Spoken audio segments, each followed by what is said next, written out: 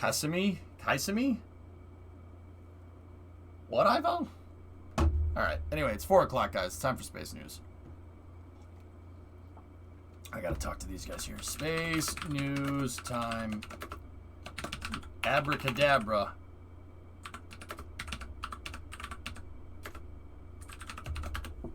Abracadabra. Kissimmee. Kissimmee. Yeah. Abracadabra, B. All right, so I'm going to take a quick... Actually, you know what? Nah, we're good. I'll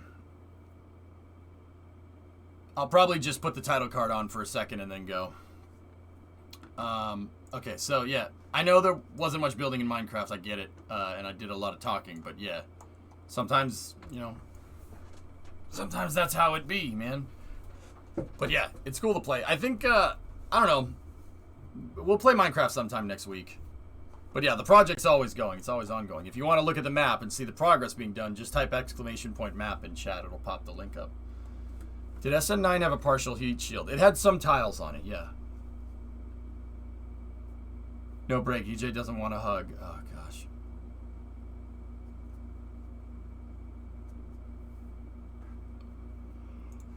Okay. I will be back in a moment.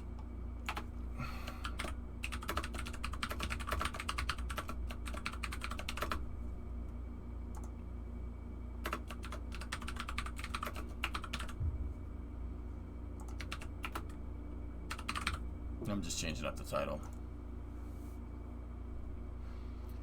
How's it a good day? Thanks for your time. Are you leaving? I'm taking a 5-minute break, real. Yeah, I'm just gonna go use the head real quick and I'll be back very quickly. And then we'll get into space news. Yeah. Just gotta get up and walk around every once in a while. Like I said, I'm going to be here for probably another 12 hours on this stream. So yeah, gotta take a 5-minute break. Yeah, you mentioned space and EJ starts yawning. I need another cup of coffee. Does the ship stop? Oh, how about we take a 5-minute break? Very good, sir.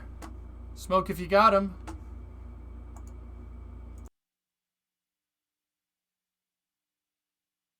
No problem, human person. Take your time.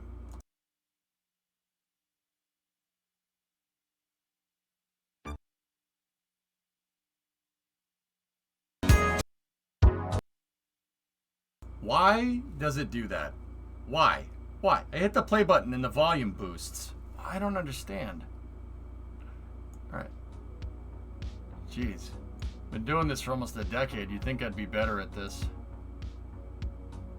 There we go. Nice and balanced. Alright, I'll be back in a second. It's freaking Windows, man. I restart my damn computer every night, and every night Windows just decides that my volume needs to be boosted. Just... Alright. Thanks, Windows. I guess I wanted my eardrums blown out. Alright, be back in a second, guys.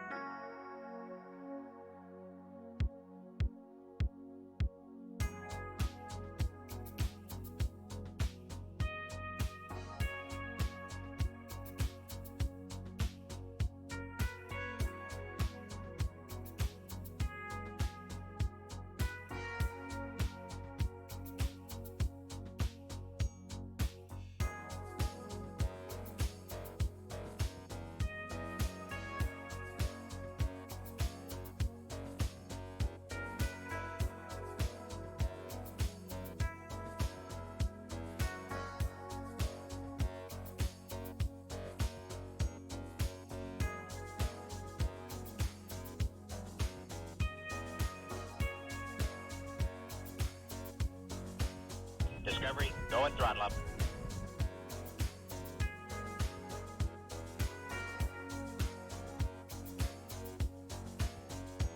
Discovery, go and throttle up.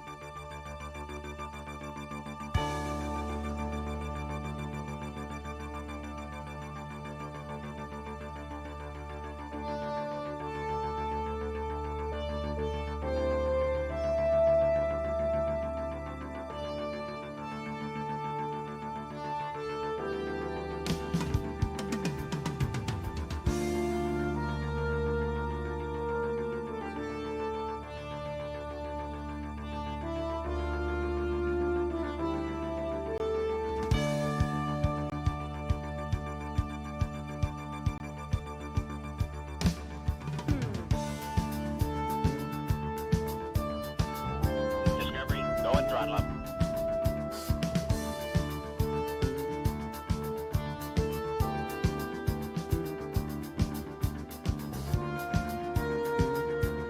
Damn, Real, what are you doing? You don't need to do that. I appreciate it, though, man. Thank you.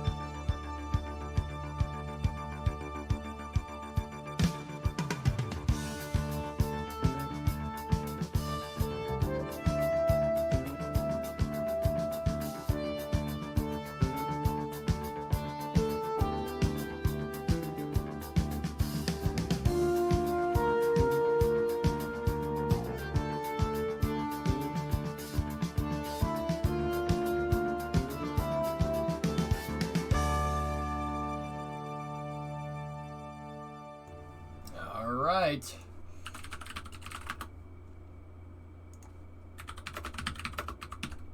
Hold on. It's time. You guys know what time it is? News! News! News! News! News!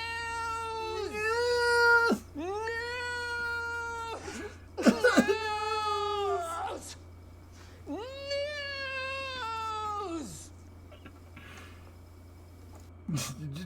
Judo caca poo poo.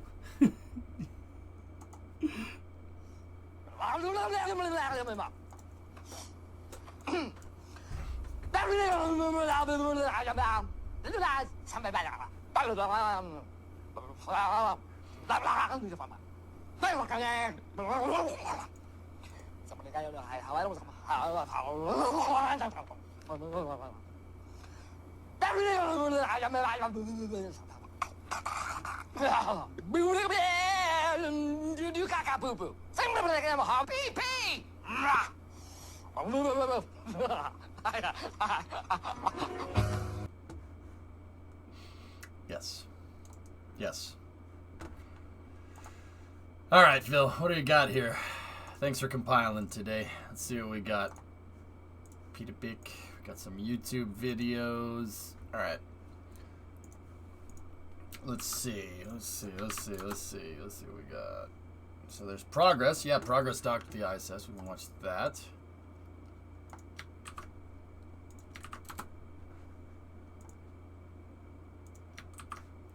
There's the Cygnus. Yeah, there's that. What else we got?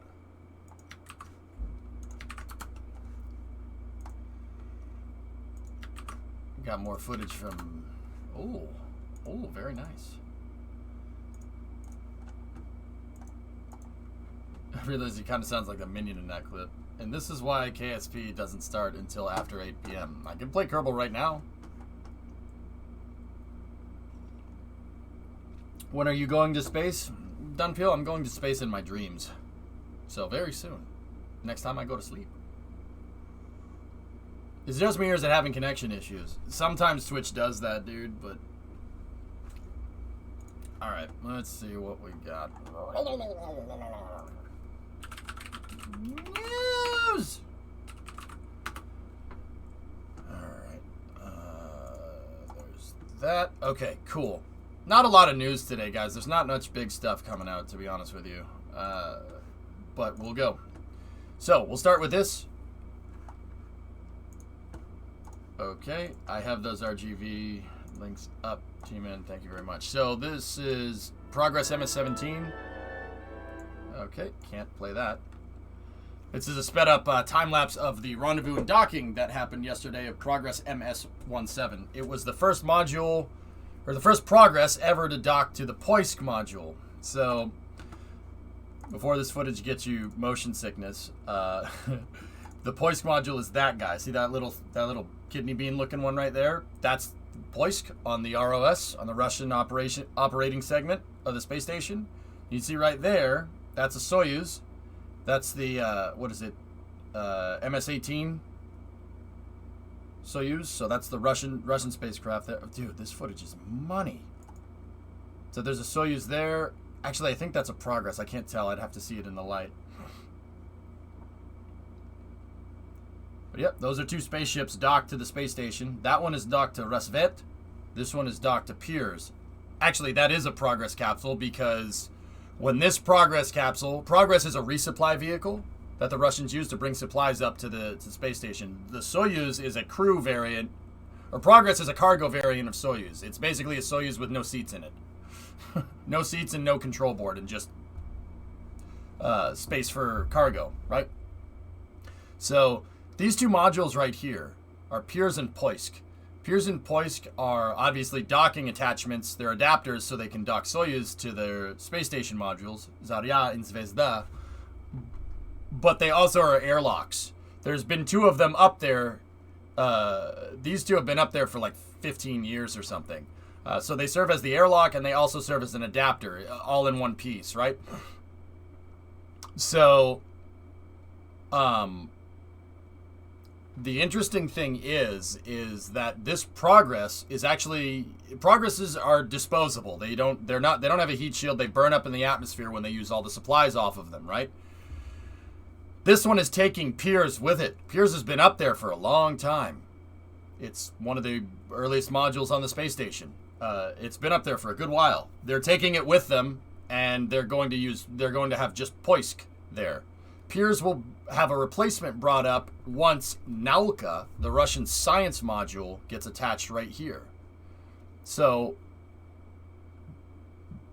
the replacement for it is called Prichel. Prichel is a new ship docking adapter that will go on the end of the Nauka capsule. Those are two modules that the Russians are working on right now. But Piers doesn't really have a home in the time being, so they're gonna ditch it. It's going into it's gonna burn up in the atmosphere. That Progress, instead of undocking from the Piers module right here, they're gonna just undock the entire Piers module from the ISS with a Progress attached to it, and it's all gonna burn up in the atmosphere. What is it called again? I want to practice building space stations, and if I see the real thing, I can work with that. So that's Piers, which is the Russian word for pier. I think Poisk is the Russian word for dock. There's Zarya and Zvezda. One of those means star. I forget what the other one means.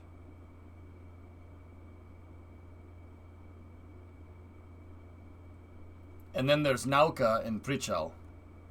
I don't know what Rasved is. It's something,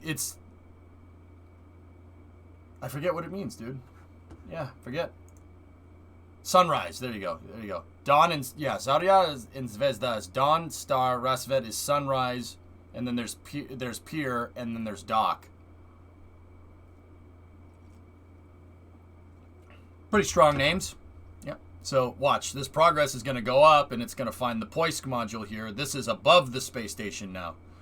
The space station it maintains a constant rotation, so the bottom of the space station is always facing the ground. And then the truss segment, the thing with the solar panels on it, is always parallel to the ground. So this is up above the space station right now. If you're interested in some telemetry, you want to look down here. That's the current speed. Or no, that's the current distance, and that's the current speed. So we're 185 meters from the space station here, and we're moving. It's moving away, believe it or not, right now at 1 centimeter a second.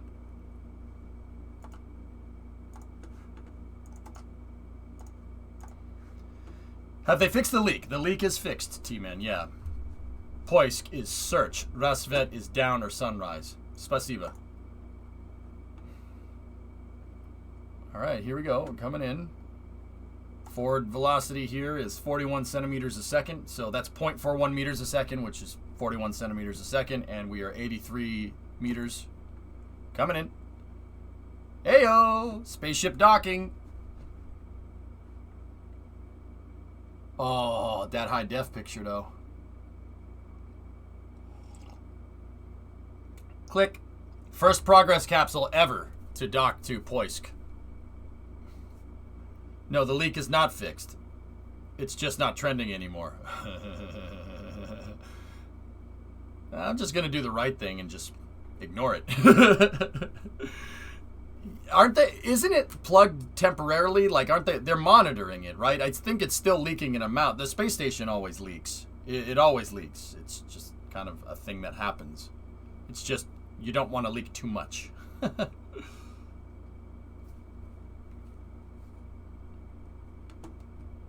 Yeah. You're not going to get like explosive decompression if the space station leaks. It's not a submarine, or a submarine would implode, but you're not going to get any of that. The pressure delta, the delta Q between the outside of the space station and the inside of the space station is only 15 psi. It's 1 bar. That's it. The tires on an automobile or a motorcycle have a higher pressure differential between inside of the tire and outside of the tire than the ISS does to vacuum. So leaks, it's not like if it leaks, the whole station's going to pop. No, it's not really how that works. It's just going to leak. Like, yeah. Think of the ISS leaking exactly like how a bilge pump works on a boat. It's the same thing. Boats are always taking on water. They just get rid of it. You know, it's all boats always leak in some way, shape, or form.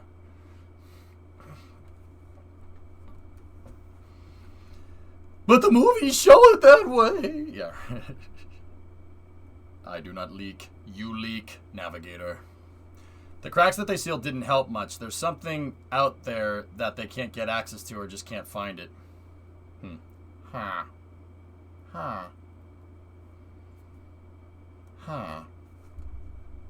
Anyway, Progress did dock successfully. And yeah, everything is good. And they're unloading supplies from it right now. Let's see what else we have here. So the next bit of news is coming from Peter Beck. It's not really news, it's just a picture. Peter Beck tweeted a picture of Rocket Lab's factory here. Rocket is rolling off every 20 days. Next one is going to be on the pad soon. And he tweeted a picture of like 5 sets of completed fairings here for Electron, which is pretty rad. So basically you won't get sucked out into space. You could plug a leak with your finger. T-Man. Bandit, I got that. I got that too. Yeah, no, it's pretty awesome. The pointy fairing, the third one.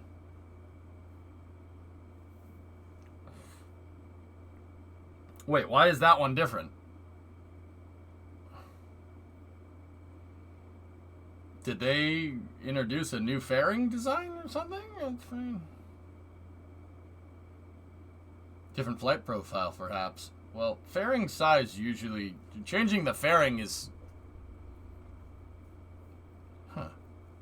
Why would they go to a saw? Why would they go to that type of nose? That's weird. That nose is going to create more drag. It's gonna raise the center of pressure.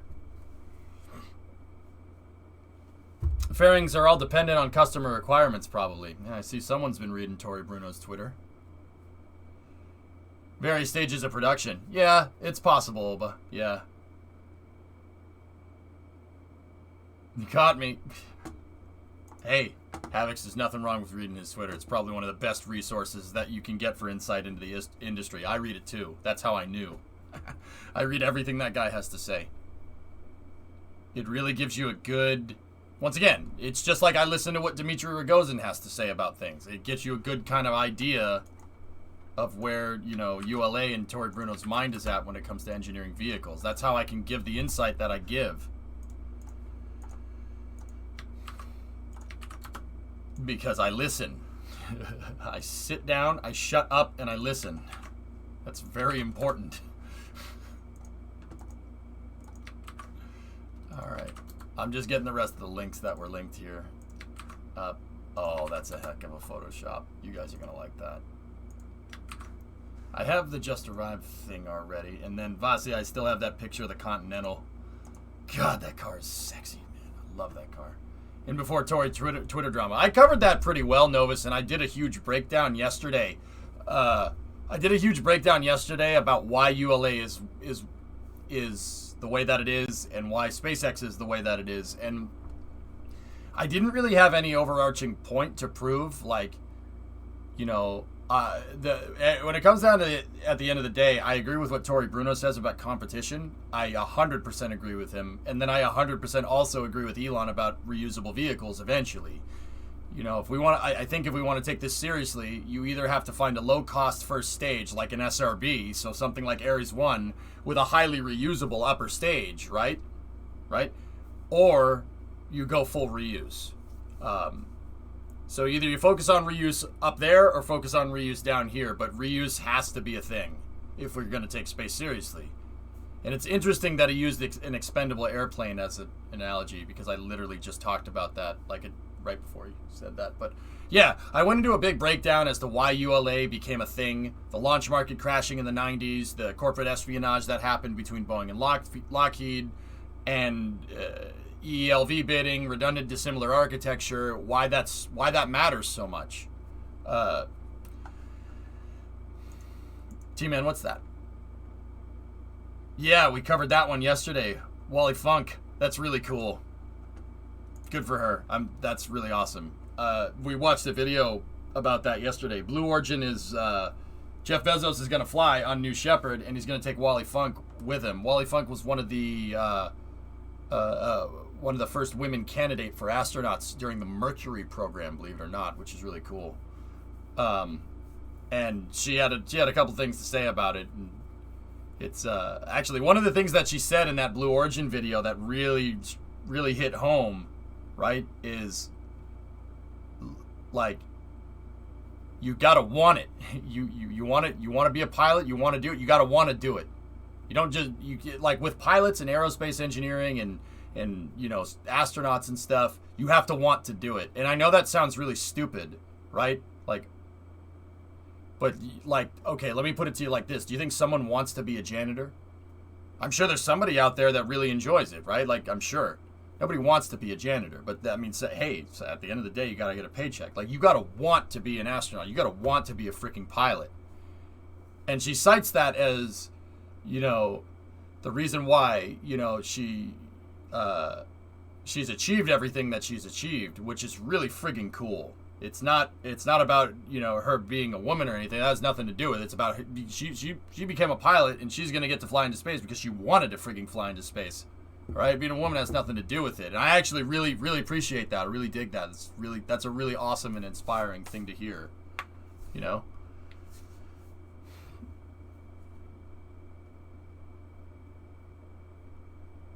Yeah, Demon Hat, there you go. So EJ, when are you going? Sometime. But no, that really, dude, that really hit home with me. Like, you gotta want to. It doesn't matter who you are. That means nothing. That's irrelevant. It doesn't matter who you are. It doesn't matter. That doesn't matter. You got to want it. You know, if you don't want it, you're obviously going to fail, you know.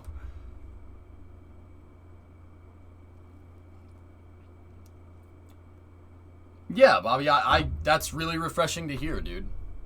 Like, look, I'm not greedy when it comes to people liking space. I'll take who I can get. I don't really give two craps who likes space. If you like space, we're friends. Like, that's where that ends, you know? Like, it's really nice to hear stuff like that, you know? Like, it doesn't matter. Like, people from all walks of life, all capabilities and limitations, like, come together, and we all like space. We have a common bond forged in the vacuum. Huh? Sorry. Just trying to go. Anyway. Yeah, Bobby, that's really freaking cool. It's damn respectable. Because, you know, that means, you know, she paid her dues. She put foot to ass, all right? Excuse me for swearing, right? She put foot to ass, like, in a time, you know, where that was hard to do. And that's very inspiring stuff. There were a lot of adverse conditions back then about this kind of thing, but nope, didn't stop her. That's what I mean about you gotta want it. Being an aerospace engineer, being a pilot, that's hard, man. That's hard to do. You know, nobody's just like, yeah, I guess I'll fly planes. No, you gotta love this stuff, man. Nice, Real. You're working on some space designs right now, such as satellites. In Kerbal or in real life? Common bond forged in the vacuum. Well, I am pro MCRN. In a made-up novel. Not that in real life reflects my views in no way, shape, or form. Voidify, get vacuumed. That's pretty awesome. I wish that was always true. I know it gets watched, but there was a lot of need not apply. Yeah, of course.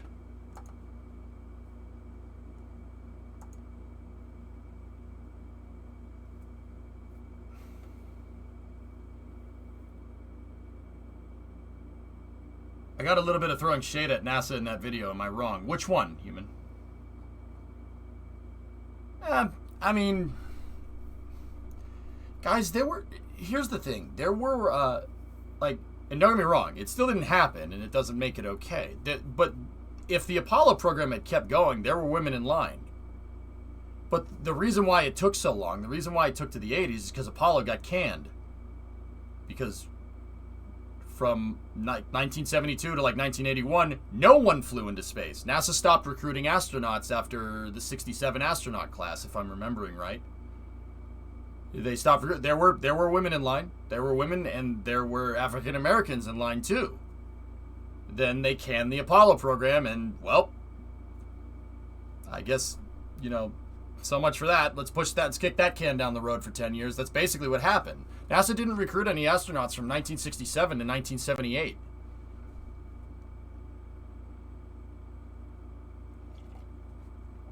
Gemini had women in line. That didn't happen. Well, because that program got canned too. See what I'm talking about? You see why canceling space programs is bad? I mean, there's a social reason why you shouldn't do it. I mean, I'm more in line with the engineering reasons. Those are the reasons that I understand better. But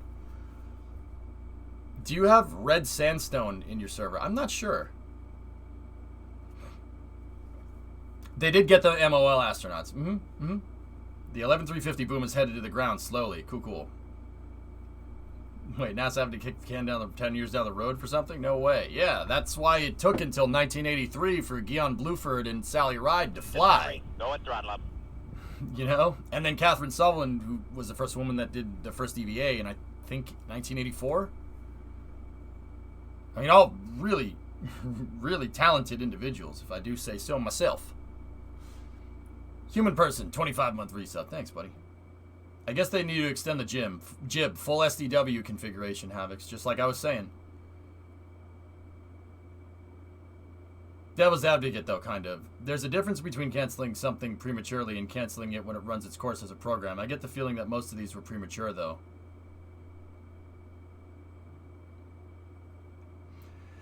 I mean, Hokie, that's... And you know what fixes that problem? Deadlines. Deadlines, accountability, and a clear goal. That's why when 2024 was announced for going back to the moon, I've been a vehement supporter of that. You got to do stuff like this. Because, you know, if not 2024, when? When is it going to happen? When are we going to do this? 2024 is achievable. I mean, the HLS protest didn't really help, but I'd still call it achievable. You're gonna have to bust some tail, and don't get me wrong, the closer we get to 2024, the difficulty scales exponentially again. So as we get closer, it's gonna be harder and harder to achieve it. But even that push to go to try and do it in 2024, even that push, even if we end up landing in 2025, that's still better than if we said, oh, never mind, we're gonna land in 2026 or we're gonna land in 2025. Because if we landed in 2025 and we still didn't get it, it would be 2026. And if we said we're going to go back to the moon in 2026, it'd be 2028. And if we said we're going to go back to the moon in 2028, it'd be 2033. You know what I mean? Like, it's hard to predict that far out. So, interim short deadlines that feed into a bigger program is the right move.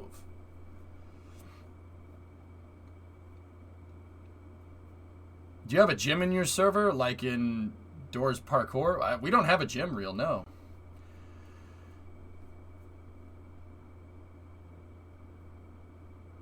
Yeah, okay, yeah, you got it.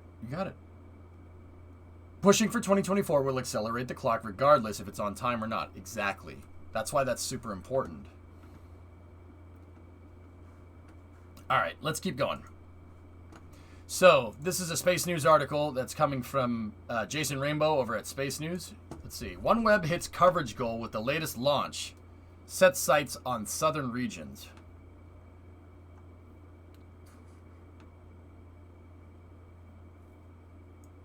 Tampa, Florida. OneWeb is shifting focus to the southern hemisphere after completing coverage north of 50 degrees latitude following the launch of its latest batch of broadband satellites. Arianespace launched 36 satellites at 8:48 a.m. Eastern in the 8th mission for the low Earth orbit startup, increasing the size of its constellation to 254 spacecraft. Wait, when was this?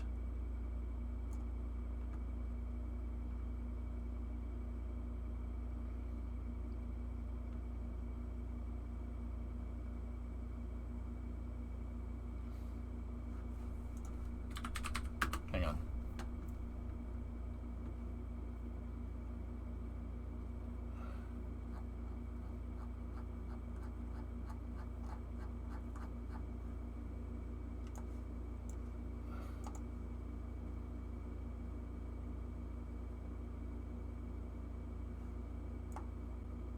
Huh.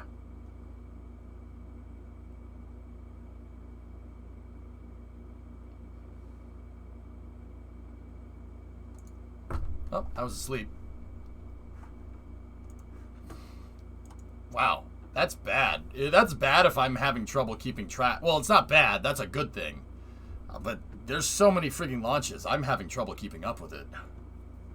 Currently working on a small project that has a soft deadline. We are currently 2 weeks over it and likely won't be done for another 2. So yeah, deadlines are important, especially when it comes to something as big as a space program with NASA, TARS. That was my criticism of SLS for the longest time. One of my things that I was really, really pissed off about. I'm like, this program literally has no goal. And then Jim came in and set a goal. And now I'm like, okay, sweet. And look what happened. All of a sudden, SLS stuff started happening really quick. You know what I mean? Like, that's not a coincidence. There were 2 Soyuz launches in 24 hours from freaking 2 different hemispheres, Vasya, which is pretty cool. It's pretty awesome. OneWeb has confirmed signal acquisition with each satellite after separating from their Soyuz 21B rocket, which launched from the Vostochny Cosmodrome in Russia. Cool. So OneWeb's going to focus on the southern hemisphere. If you want to know more about this article, I'll link it. Soyuz is Chad tier. Soyuz is a great rocket. Or in the words of Gennady, it's old. Yeah, Bobby, I'm with you on that one. So OneWeb's constellation is never going to be as big as Starlink because the satellites are in a higher orbit. They don't need as many satellites for coverage. Just like an internet satellite constellation that's out at geosynchronous would need like 6 or 7 satellites at best.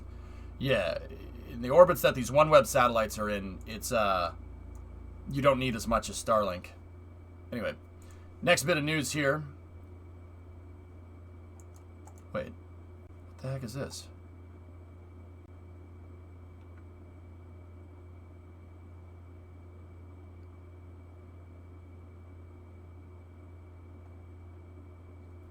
Don't get me wrong, I'll get it.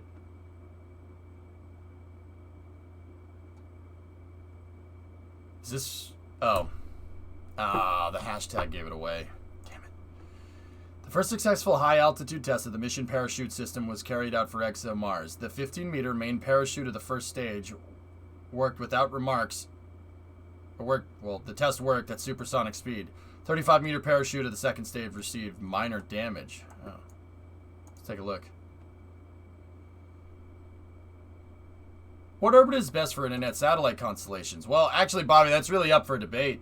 The internet satellites up until this point have been out in geostationary. So that gives you way more coverage when the satellite is farther away from Earth because the satellite can literally see more of Earth, right? You can see all of it. And then the satellites can just bounce signals off of each other. So if you want to use the internet, you want to communicate with somebody on the side of the world, satellite bounces off another satellite, bounces off another satellite, bounces off another satellite, back down to the person on the other side of the world, right? That's how most internet satellites work. But you don't need as big of a constellation if you're out in geo. Problem with that is that it takes time to go out to geosynchronous and back. You get crappy ping. You don't get a good connection. Well, you get a decent connection out there, but it's slow, right? Now, Starlink satellites are 270 or about 300 miles that way. The ping is a lot lower, but you're going to need a lot more satellites because one satellite can't cover like an entire hemisphere, right? So you're going to need a lot more satellites. So it really depends. It comes down to, I don't know the answer to that. I think the way that Starlink does it personally, and I don't mind OneWeb's way, but I think the way that Starlink does it is the right move.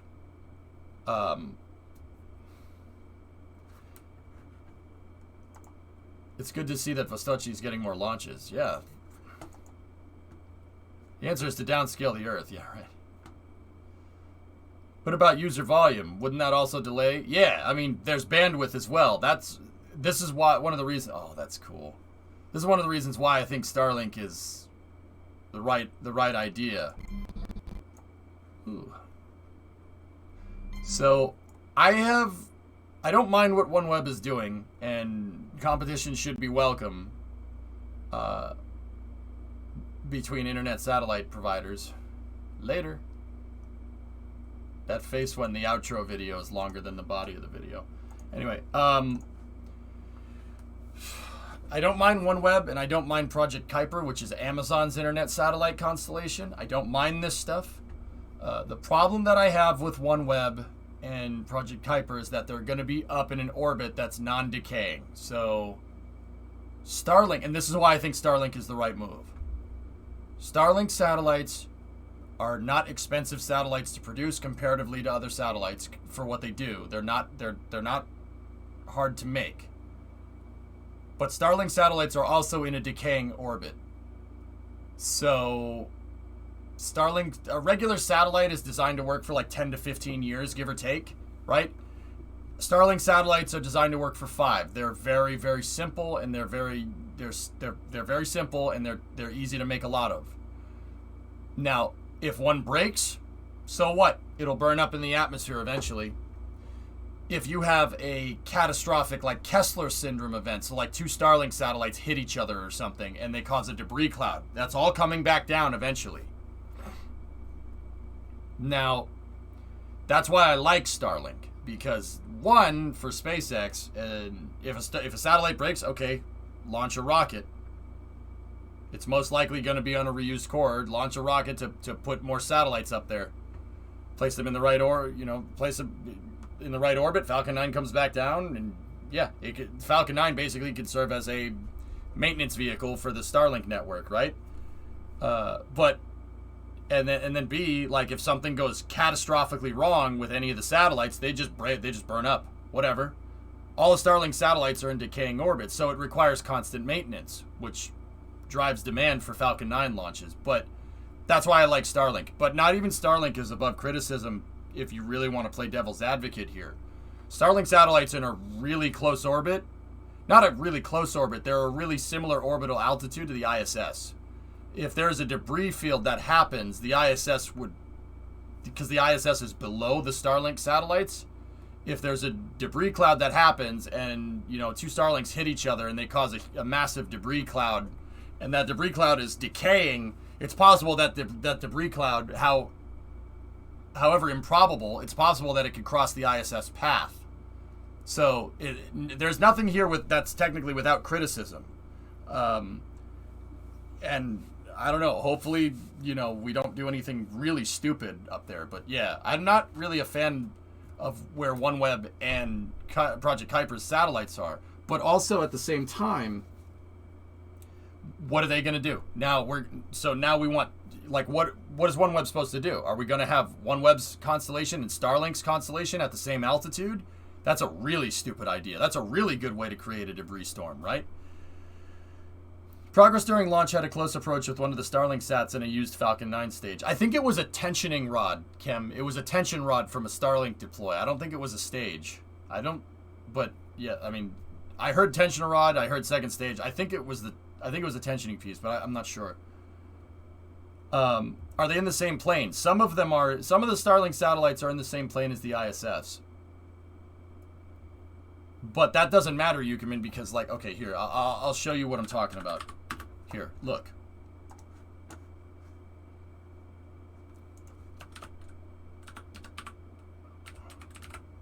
So those are the Starlink satellites.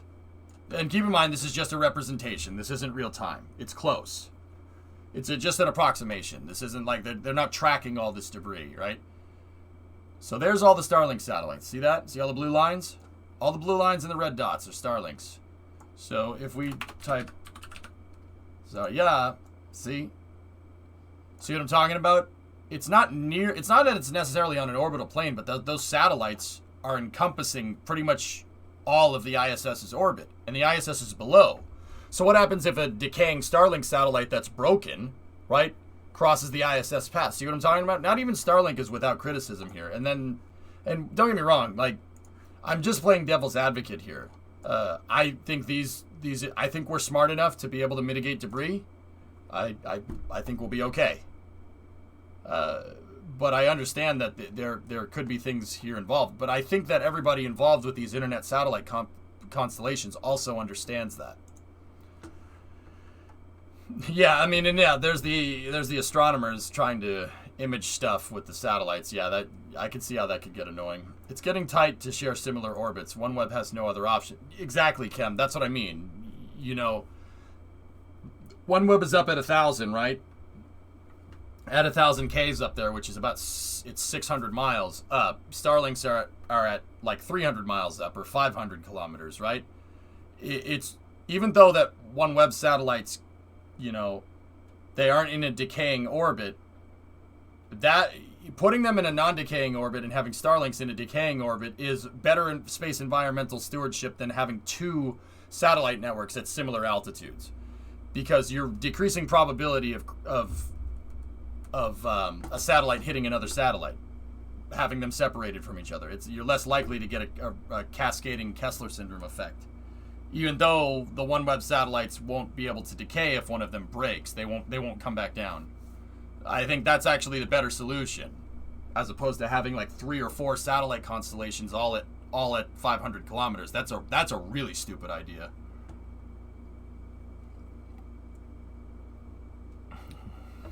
If Roscosmos sends the stations to sun synchronous, they will be avoiding orbital debris on a daily basis. I don't get how it's getting tight in space. There are billions of cars on Earth. On 30% of the surfaces that land in, cars are bigger than your average satellite.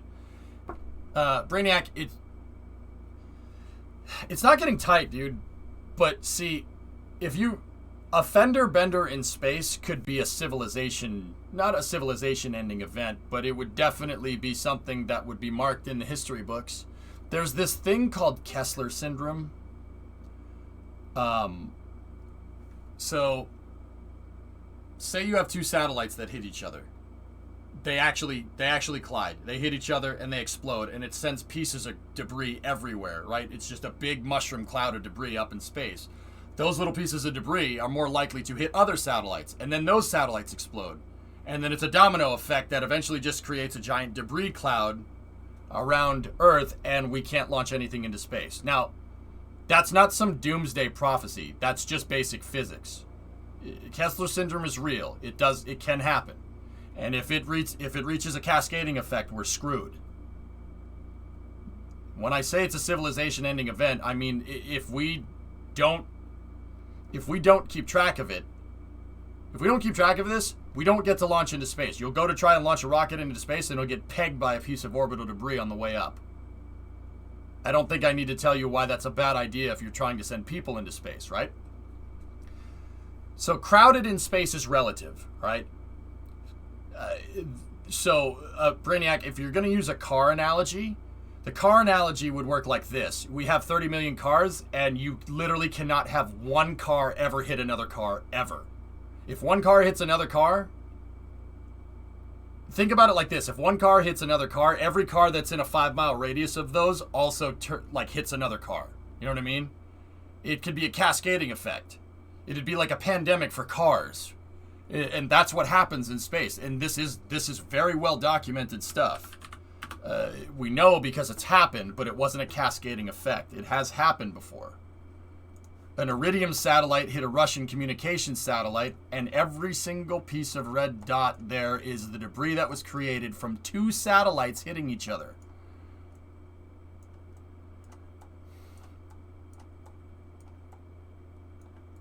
That's from just two satellites. If 4 or 5 satellites hit each other, we're done. That's it.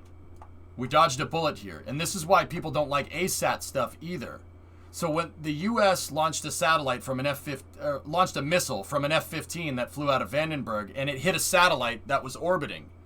But the U.S. put that satellite in a decaying orbit before that happened. But other countries, and the Russians did the same thing too. And this is what I mean about them knowing what the hell they're doing. The Russians have ASAT tech, so it's a missile that hits a satellite.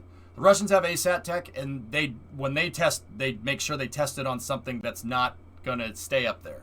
However, India and China have done ASAT weaponry. India did one last year, and China has done it too. And then when they do it, they hit satellites that are up in a regular orbit, and they create these gigantic debris clouds. I'm frankly amazed that this hasn't happened yet. And that's what I mean about being a good environmental steward. You have to, or else you're going to ruin it for everyone.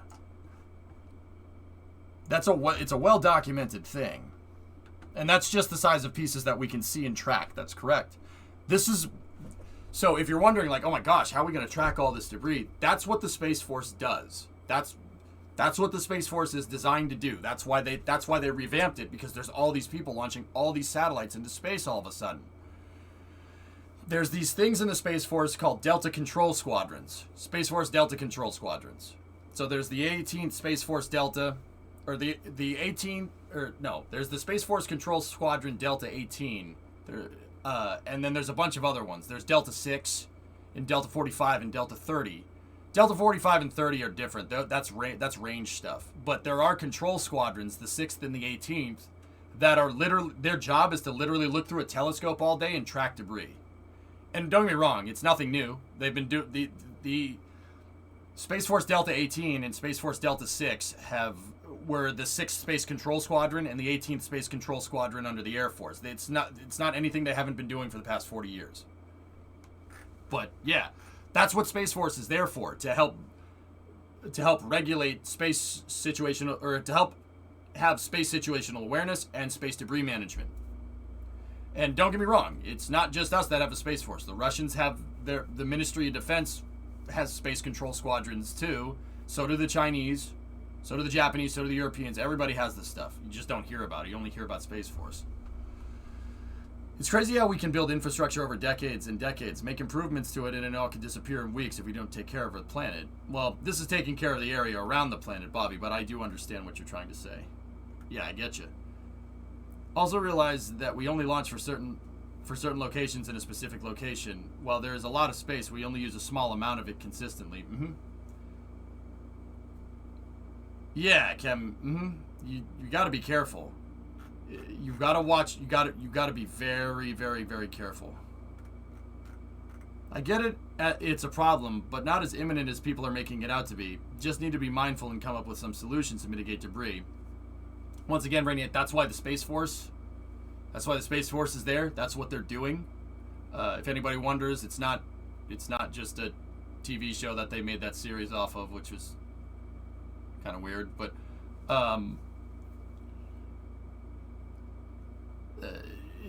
and then the FAA with consolidated, they didn't deregulate. They consolidated all the places that you need to go to help better regulate what people launch into space. So instead of going to like 4 different people and asking permission to launch something into space, you go to one entity which houses all that same stuff. It was a lateral shift in regulations. But yeah, having the FAA and the Space Force basically controlling launches, right? Well, not the Space Force controlling launches. Space Force monitors launches and the FAA certifies the launch, right? Having that allows us to better track what launches where in space, and then with the FAA, and then the Space Force tracks the debris. It's a pretty good system. It's not bad, but yeah, this debris can happen, dude. And yeah, I know people don't care. Like people don't give a crap. Like I only give a crap because I want to launch into space one day. I don't want to launch something into space and then get hit by a piece of satellite. It's kind of like the meteor close calls, overhyped a bit with regard to the space they occupy and travel. Yep. Could you perhaps share the URL? It's stuffin.space. STUFFIN.space. I just thought in my forehead every time someone pulls up the debris tracker sites and said, look how bad the problem is. Oh, no. Look, it's not bad right now, but it doesn't mean that it couldn't be bad in the future. You know what I mean? Like, it's... Look. Yeah, we have to... The way I like to explain it to people, Brainiac, right, is think about how difficult it would be to navigate the seas if every ship that ever sank in the ocean didn't sink but just sat there and you couldn't touch it. Say like the Titanic is still sitting by that iceberg, right, and it's just broken. You can't go near it. You can't touch it. It just sits there. All the warships that have ever sunk in any war ever, the debris is just sitting there. You can't go after it. You can't touch it. You have to maneuver around it. That's what this is like. Could you still navigate the oceans? Yeah, sure. But it would get to a point where some seaways would just be ruined. Like, the Ever Given beaching itself in the Suez Canal. The space equivalent of that would be basically a debris cloud that crosses over Kennedy Space Center. Now you're screwed. Now you can't use the Suez Canal. You're screwed. Nope, can't touch it. Can't dig it out. It just sits there. It's debris now. That's how it's like in space. That's what I like to explain. If every ship that ever beached itself, sank, this is a morbid thing, but think about how useless Pearl Harbor would be if after December 7th, every ship just stayed there. I mean, the Arizona is still there, and I get it. It's a memorial. I understand it. I get it. But think about how useless Pearl Harbor would be. It would be useless. You wouldn't be able to get a ship in there. There'd be too much debris everywhere. So, that's what I mean. We can make different orbital altitudes basically useless if we're not careful about it.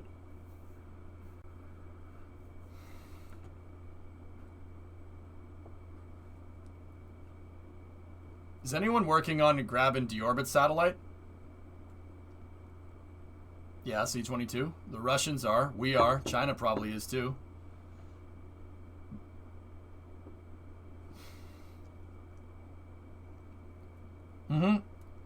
Every accident that's ever happened on a highway, the car hulk has to stay there. Imagine how useless a highway would get after a while.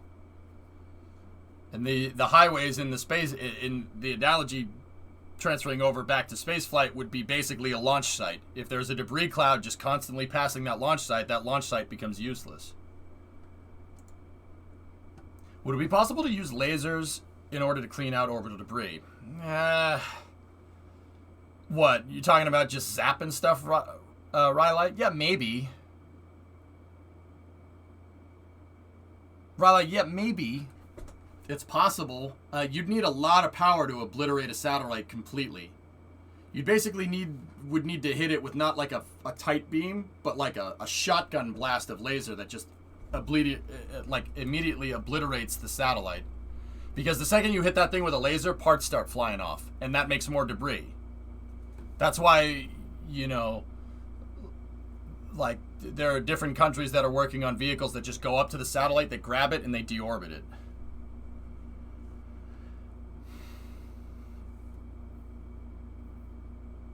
Too bad there was not a material that was space degradable but reliable.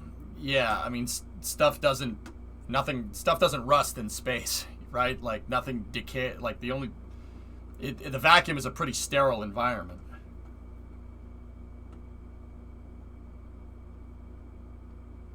Wouldn't the laser give it momentum? Newton's third law, Neo. Yep. Yeah, if you hit it from the right angle with a laser and caused the thing to slow down, basically imparted retrograde velocity on it while it's in orbit, yeah, you could slow it down enough to where it decays. Yeah, that's possible. You'd need a pretty damn powerful laser. The problem with that, Rai, is that it's tough to shoot a laser through the atmosphere. Because gases distort light, right? You ever been driving down the road on a hot day and you see the heat coming off the ground? Gases distort light. The sun looks different up there than it does down here because you're looking at the sun through the vacuum as opposed to diffused through the atmosphere, right? Frickin' laser beams. Chat, stop humping the laser. Honest to God, why don't you and the giant laser get a frickin' room, for God's sakes?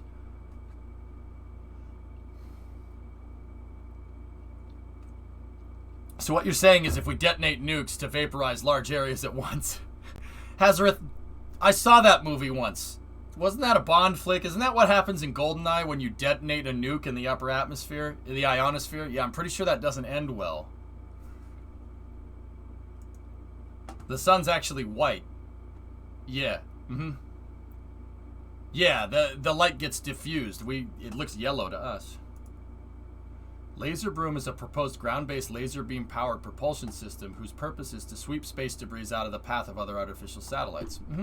And because it was recently Asteroid Day, lasers could also be used to deflect asteroids. You don't need to impart a lot of velocity on an asteroid to get it to miss Earth completely. It's possible. Godzilla, 1985. blow up a nuke in the upper atmosphere. Wake up the giant radioactive lizard. Yeah.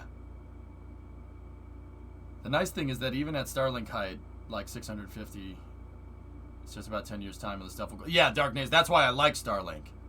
Starlink, if something goes wrong, if something happens, it's unlikely, but if something happens, all the debris that's made from a Starlink debris cloud will just come back down. Would you like to watch this?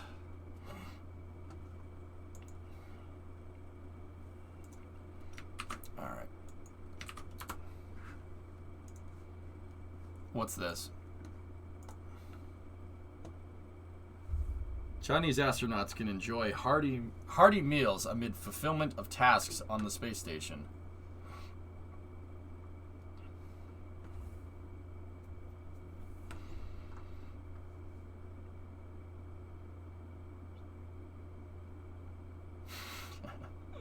They got all kinds of stuff up there. Yeah, no, I'd be curious to see that. Why can't we just momentarily turn the gravity up to drop everything out of space and clear the skies all at once?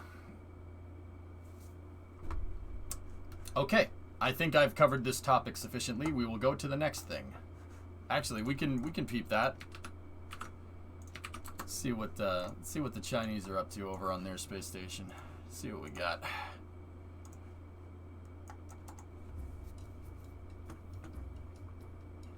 Three astronauts on board China's space station can enjoy food.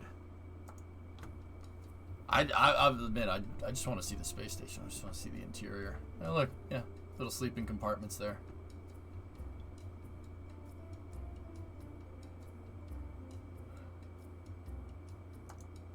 Huh, what do we got here? Oh, yeah, corn. Yeah, okay. Okay, so we got corn, we got carrots. Corn is good. Yeah, not hard digestion. It comes, all right, hard to get water out of, no, all right, cool.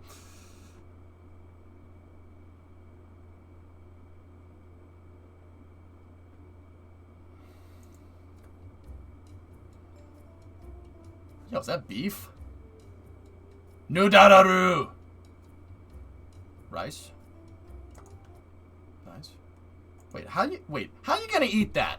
How you gonna eat that up there? I hope they have a steamer so they can make clumps of rice. That's gonna get everywhere, dude. You gotta steam that rice hard to get those rice balls, man. You better get some sticky rice up in there. See, okay, this isn't just a Chinese thing. You ideally want food that doesn't make a lot of crumbs, because crumbs, so in order to keep the gases circulating in the station, right, in order to keep, well, people alive, you have to keep gases circulating in the station. So there's like an intake at one side of the space station module and then an exhaust, an air conditioner at the other side, right? And what they do is they maintain a constant flow of air in the space station. This doesn't matter if it's Chinese, the Russian station, U.S. station. Everybody does this because, well, you have to. Humans exhale this. There's this gas that we exhale that our lungs don't like if we inhale that again, right? So in space, if you exhale, you just made a pocket of CO2, right? And that CO2 just sits there. It just sits there and does nothing. It doesn't do anything. It just sits there. It doesn't, unless you move the air. If you move the air, it'll get sucked into the intake eventually because you're moving the air around. You have to do that because if you don't, the CO2 will just pool in part of the space station and you'll go to that part of the space station and all of a sudden you'll be like, you have to move the air around inside. It has to have a positive pressure inside of the station.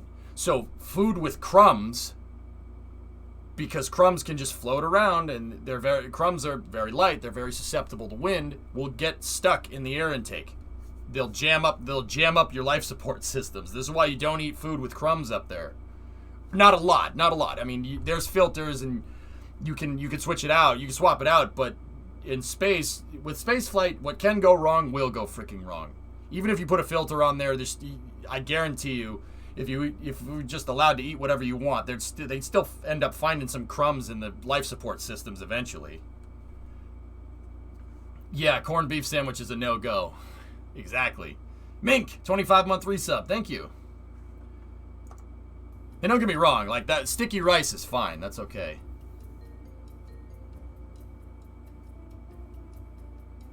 But you got to be careful, man. Those life support systems are going to jam up if you're not careful. And don't get me wrong, I'm pretty sure they're fine. Knowing them, the life support system is probably based somewhat in part off of the Russian stuff, and the Russian stuff's pretty good. The Russian Eclipse is pretty good. It does require maintenance after 20 years, but it's still pretty good.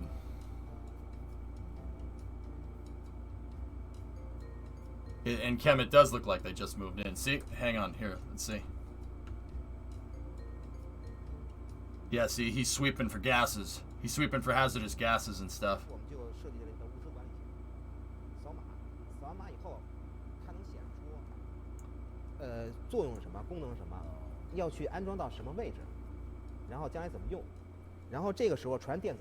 The freaking pod, though. 包括以前科幻片里写的这个看手册，我们现在这个电子都是电子手册。然后放到指定位置以后，只要放到指定位置以后，相应的扫码以后，下次我再不知道这个想不起这个东西放哪的时候，我只要输入这个产品代号，它就会显示你在什么时候装到了什么位置。So they're using QR codes essentially to track all the stuff inside of the space station? Okay. I counted 3, Kem. I saw 3 pods inside Tianhe. It was over here. See? 1, 2, and 3. It looks like whatever this... I bet you... Like, okay. Just looking at this, I'll bet you that's the head right there. I bet you that's the toilet. With the one with the privacy curtain. I mean, it makes sense. I would want the toilet near the bedroom. I mean, on the ISS, that really isn't the case, but... That's kind of near it. Radar. How big is the station going to be? About the size of Mir, Raven Guard, with what they have plans for right now. Right now, it's just one module. It's 2. There's Tianhe and there's, So this is Tiangong 3, and then there's Tianhe, which is a resupply vehicle that also can kind of double as a module, and then there's the Shenlong spacecraft that's docked to it. So it's 3 pieces right now. The resupply vehicle... the main module, which is what's inside here, and then there's the crew vehicle that came up. It's Kem. You know what's interesting to me, and I get it. You know, it's license copy, etc., etc. The inside of it looks like a USOS module, and the outside of it looks like a Russian module, which is that's kind of trippy. This looks like the inside of Destiny right here, but if you looked at Tianhe from the outside, it looks like a DOS module, which is just peculiar. Tianzhao is cargo, Tianhe is module, and Shenzhou is crew. Thank you. How long until it starts to fall? I don't know. There's nothing bad about it. No, I'm just that idle observation. The inside looks like a Western module, and the outside looks like an Eastern module. I just thought it's kind of funny. Current size comparison with the ISS. Let's see. Yeah. So they're a little bit under the size of the ROS, the Russian operational segment on the ISS. The Russian segment is basically from here back. So it's about the same size as that. It's less modules, though. That's the resupply vehicle over there.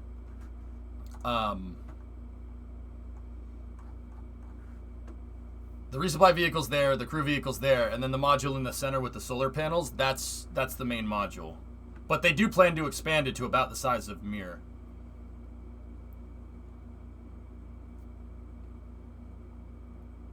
I keep blanking on the dang names. Tianzhao is cargo, Tianhe is module, Shenzhou is the spacecraft. The resupply vehicle's big. Yeah, exactly. The Tianzhou is like a Cygnus capsule, Kem. It's quite large. Yeah, it's a big capsule. When are they going to launch the next modules? I'm not 100% sure on that. I don't think it's going to be a second before they launch it. Here. Oh, Chinese. I love how the things that populated are Chinese space station and Chinese spare ribs. So that's what it's supposed to look like right there. The module that's already up there is I gotta say the names again. So that's Qianjiao, that's Tianhe, and that's Shenzhou. Right there. Those three things are already up there. Obviously the crew capsule will come back down later. And then they plan to add two things to the sides here. These solar panel modules. So like I said, about the size of a mirror. What's the altitude for the ISS and the CSS? I'm not 100% Kuro. I think they're similar. They're going to do an EVA soon, according to Andrew Jones. China's first EVA and spacewalk of the Chinese space station project could well happen this week. That's according to June 23rd statement from the Sunday PSCC. The EVA could take place in 10 days or so. Another big step. Cool. Altitude is 376 by 385. Okay, so this station is 376 by 385. That's 250 miles up, I think. So it's a little bit below the ISS.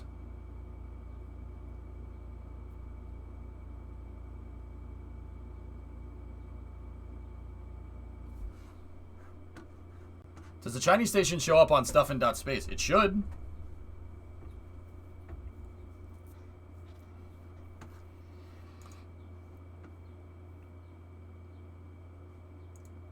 Yeah, the guys were standing at attention in space when they talked to Xi Jinping.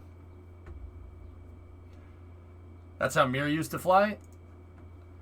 Like I said, Kem, it's interesting because the bare bones, and once again, I get it. Oh, China copy said, I understand. I'm not trying to make any particular point. It's just interesting to see that the bare bones of it is definitely Russian, but the inside of it looks like the inside of the USOS side of the ISS, which is, I'm sorry, it's just like I said, it's just an idle observation. I don't mean anything by it, you know.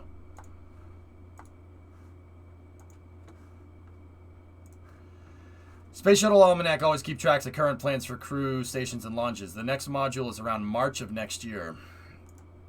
And yeah, like you can tell that the bare bones of this is Russian derived. The Tianhe module looks a lot like Zvezda from the outside, but it's definitely not. It's a different design.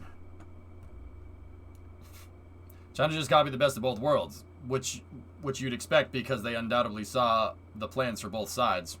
Pretty much. Probably. Yeah. Sorry if this was asked. Could Russia get to its inclination? What is it, 45 degrees incline? Yeah, they could, from Baikonur. There's actually a thing that I heard, and Kem, if you want to confirm this, you tell me. I don't know for sure. I heard this through the grapevine, so take it for what it's worth. I heard that the Russians asked to be a part of China's space station project, and China said no. They said, nah. The Russians asked them to put it at an inclination where they could get at it. And the Chinese said no.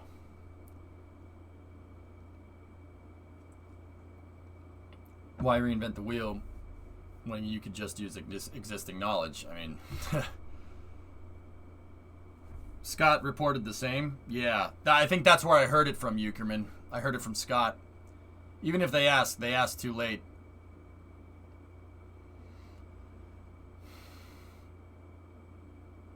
Thought they were looking at crew from Kourou. Kourou could reach it. Awesome, yeah. That's one of the only other launch sites. Well, actually, I mean, they could reach it from Kennedy Space Center, but that's never going to happen. You could get at the Chinese space station from KSC. You could get at it. You could get at it from Wallops too, if I'm remembering correctly. Yeah, you could get it from Wallops, no problem.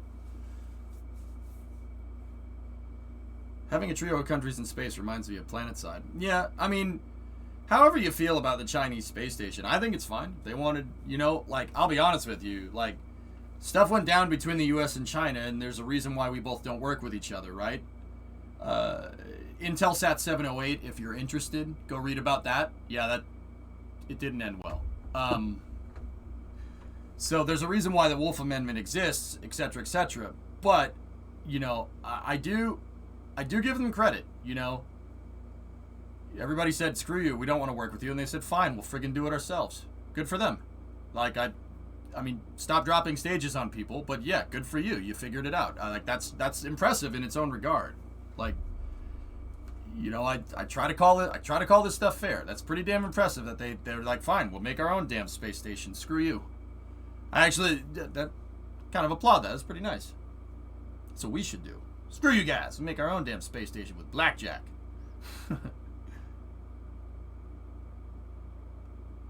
Nice, MGB, nice. They fixed the mesh on the widget so the front fender flares now get taken off. Nice, Hungarian. Yeah. Cool. So they probably already knew about it.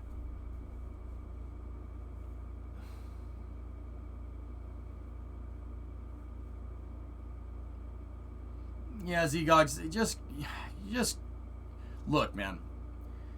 Me not liking what the Chinese do has nothing to do with like nation versus nation dog crap. The U.S. did that for 45 years. We don't need to do it. We don't need to do it anymore. Like, I mean, some people will disagree with me on that. It's fine. Like, dude, I'm like, all right. It's just so freaking tiresome. It's easier to just work together. Like, the ISS is probably a better way to do that, but I understand the reasons why. I'm not ignorant to the subject. You know what I mean?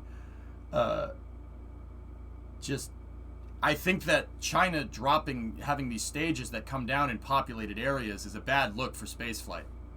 Because all it's going to take, like right now that news doesn't get a lot of traction. But the Chinese with the Long March 5B core stage, that did get traction. And now a lot of people know about that. And now whenever I talk about the Chinese space program, someone's going to be like, oh my God, uncontrollable debris. It's a bad look for spaceflight. The reason why is because them doing stuff like that and them being reckless in space. Obviously, there's the debris stuff, but that's just going to make people that don't want to work together in space as individual nations working together in space. That's a polarizing thing. It's not a thing that brings us together. That's why I don't like it. How do I get a solid gold EJ emblem? I'm not really big on the merch game reel, I'll be honest with you. Making that amendment permanent is a stretch. Well, Kim, that's what I mean. You heard what they said. You heard what the Rule 8 people said. They cited the Long March 5B core stage in a Senate hearing as them being reckless in space and that we should make the Wolf Amendment permanent. See what I mean? It's not good for spaceflight. Like, I don't think there should be one government, right, that controls all of space. I like nation states coming together. So us working with the Russians, us working with the Europeans, maybe someday the U.S. working with the Chinese, us working with the Japanese working with us, etc., etc. If we come together as individuals and bring the best that our space programs can offer together, we make stuff like the ISS, which is the longest lifespan space station by a long shot. The ISS has been operational for 21 years. It's the longest continuously crewed habitat ever in human history, and it's also the biggest. When we come together, we can make insane things happen up in space. Competing, obviously, but competing with healthy competition, but working together. With the ISS, you get the best of Mir, and then you get the best of not the best of Skylab, but you get the best that our tech has to offer, and the best of the Russian tech that has to offer coming together to make a really awesome piece of equipment. That's what I think we should be doing. But once again, them dropping stages on people, that's just going to drive us away from each other more. And if that's what's going to happen, that kind of blows. But the backlash actually made them do some changes for that core stage. But I want to see the next launch to confirm that. Well, once again, Kim, China ain't stupid, dude. You could say whatever you want. They ain't stupid. They'll figure it out. Look, man, like, even if you're copying everybody's tech, it still takes some, using your noodle up there to get the thing to work, But yeah, I hope we could get to a day where we just use all of our efforts to freaking focus on going into space further. It'd be really nice. I've always said, dudes, look, as an American, it would suck seeing the Chinese land on the moon without us. But I ain't gonna say they can't do that. You know what I mean? At least somebody's freaking doing it. That would really suck. I would want us to go back too, and we are. Don't get me wrong, we are. But look, man, if we don't want to do that stuff, I'm happy that someone is. You know what I mean? I'd rather someone do it than nobody. And that's messed up, but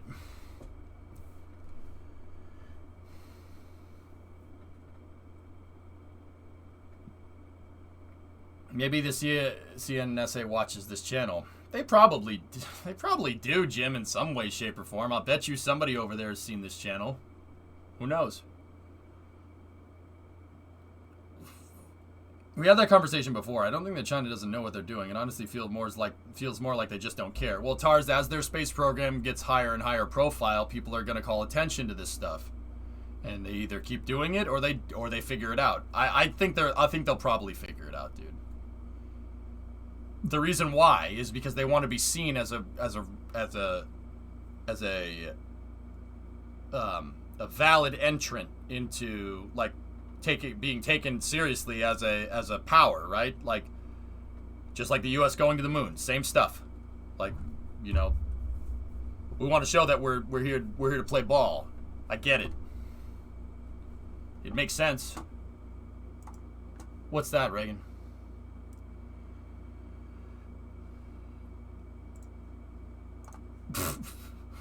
Jeez.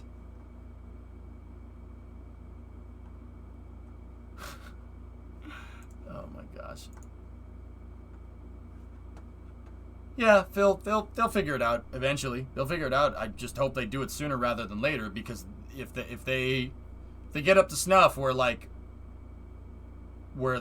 Europeans, the Americans, and the Russians are, right?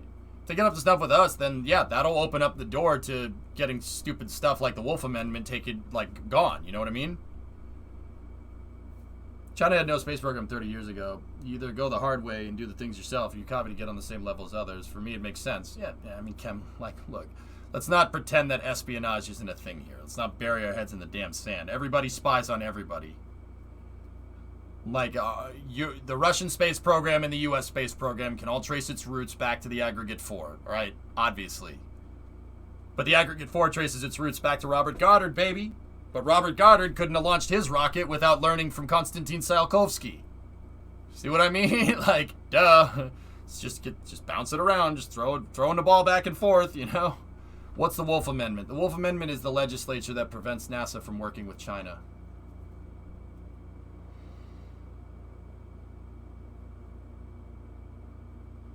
My argument is that you can't blatantly ignore the fact that rocket stages are going into the ocean isn't bad. Smirks, I've always been an advocate for fully reusable rockets. Yeah, I'm with you guys on that one. Tossing rockets into the ocean is something that will eventually come back to bite us in some way, shape, or form. You don't just put tons and tons of aluminum and steel and Inconel at the bottom of the ocean and hope that nothing's going to happen. It's going to do something. Do we know what it is? Nah. Doesn't the very concept of espionage illustrate that UFOs are not human kappa? Oh, God. A lot better. I didn't want to watch. All right, what's that, Gully? Anyway, let's keep going to the next space news. Hey.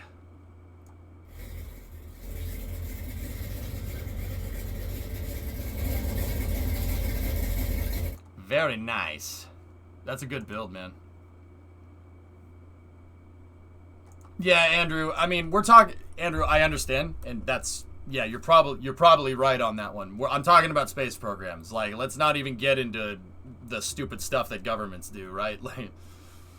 I'm going to leave that for a poli-sci streamer. I'm talking about space programs. That's all I can speak to because that's what I know about, you know? You had a panic attack from that sound? Jeez, idle at 900? Nice. We're creating artificial reefs, or at least that's what I choose to believe.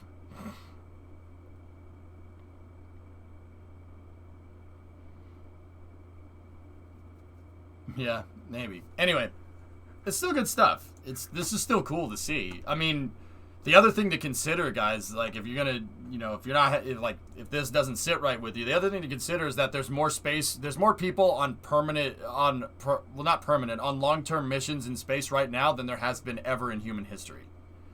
Like, don't get me wrong, there's been more people in space cumulatively at once, but that would have been during a shuttle mission to the ISS. So, like, if there was 2 Soyuz crews at the ISS, which is 3 and 3, and then a shuttle came up with 8 people, right? That would have been more cumulative people in space, but the people in the shuttle would have only been up there for a couple of weeks and then they would have came back down. I'm talking about permanent long-term missions that are over like a month. These 3 here, the 3 Taikonauts there, are on a mission for a good while, and then there's Oleg, Peter, and Mark, which came up on a Soyuz, and then there's Crew 2, which came up on a Dragon, right? 7, not 8. Incorrect.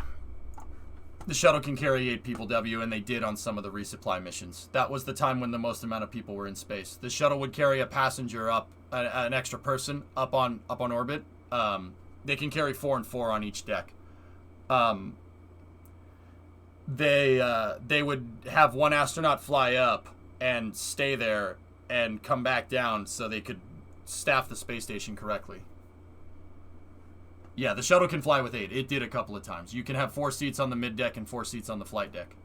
It's possible. You're taking a payload hit if you do, though. Do you think the officially recognized boundary of space should be lowered from 100 kilometers to 80 kilometers? I don't know, man. That whole thing is very strange to me. I think 100 kilometers is a good mark. If you really want my honest opinion. I mean, stupid question. Did Russians ever fly on the shuttle? All the time. All the time, Tars. Yeah. During the Shuttle Mir program and during the ISS. You have to. That's another thing about international cooperation between space programs and not necessarily commercial partners. Russians flew on the space shuttle. Americans have been flying on Soyuz for 20 years. Bill Shepard went up with Sergei Krikalev for the first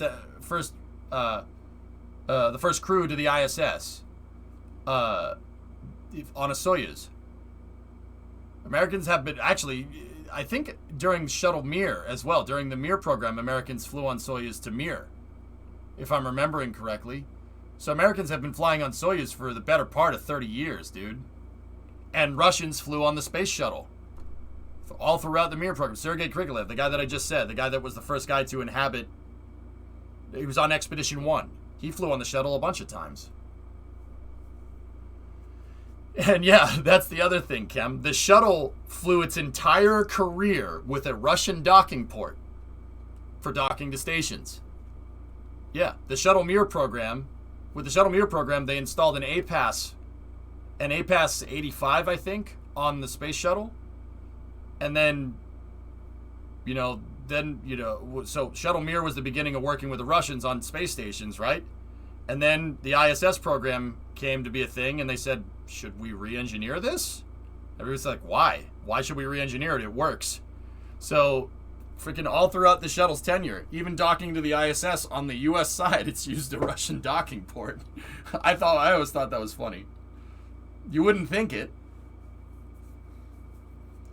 Yeah, and even crazier, it was Buran's docking port. That's right, Kim. Yeah. Michael Foles is a Brit-U.S. dual heritage NASA astronaut who was on Mir when it got booped with a resupply ship. There you go. Yeah, Barak, that's right. Mm-hmm. Hey, Gojira, what's up? Kim, you know what would be even crazier? If the airlock module was Buran's. Do we know if it is? Wait a minute.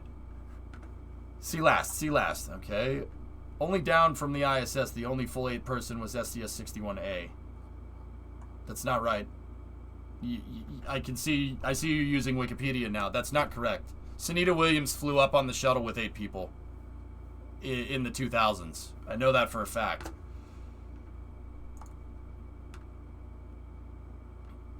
I've been busy at work, so I lost a lot of the update. Oh, no problem, Gazira. Stupid question. Did we really land a spaceship on the moon in the 60s? Sure, Don. What's so hard to figure out? Like, where are you getting lost? Yeah, of course we did. 6 times. Like, is there any part that you need clarification on? Dude, I got you. And I'm not just gonna be like, oh my god, believe the science. No. You want a physics breakdown? I can do that. That's no problem. Like, I'm not afraid to answer questions about this to people that are skeptical. With Skylab, did Apollo carry 3 or 4 people? 3.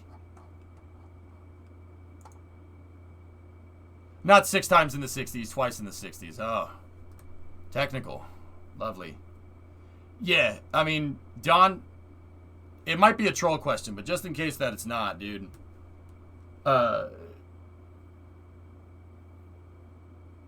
Just in case that it's not, yeah, the biggest thing that I can say to people that are skeptical is the Russians, the Soviet Union, acknowledged that we did, right? Like, think of, okay, so let's weigh that for a second, right? We're gonna fool the Soviet Union, the people that sent the first artificial satellite into space, the first person into space, the first woman into space, first thing to land on the moon, first thing to land on Mars, first thing to land on Venus. We're gonna fool them. That's not how that works. No. The Soviet Union and the U.S. didn't exactly like each other in the 60s, right? If there was any inkling that we didn't do it, they would have called bullcrap. Right? Like, just, that's it. Weigh that one. Like, obviously, there's no way we fooled them. There's not a chance. They were watching us every step of the way.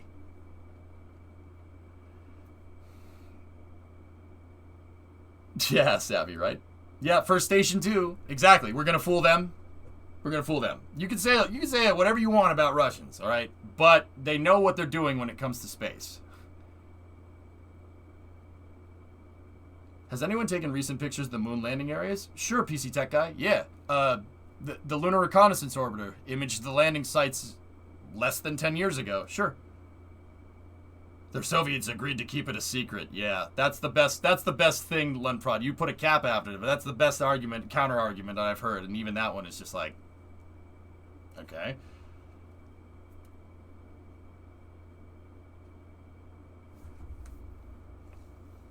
But yeah, Don, if you want any questions, dude, I can answer most of them. Probably can answer a good amount of them with, and it's not like some crazy physics concept that you have to understand. But yeah, if it was a troll question, whatever. At least I got some content out of it, you know what I'm saying? I don't know even why people would fake space. Dude, space is already difficult to begin with. It would be harder to even fake that difficulty, right? Like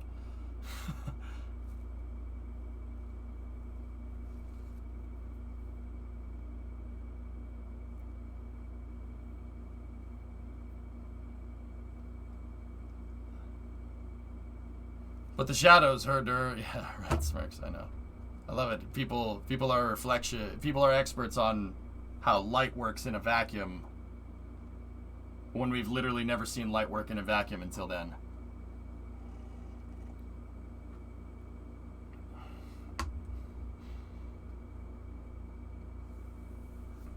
Tech, you can say whatever you want about the light. Oh, lighting this, flag that, like...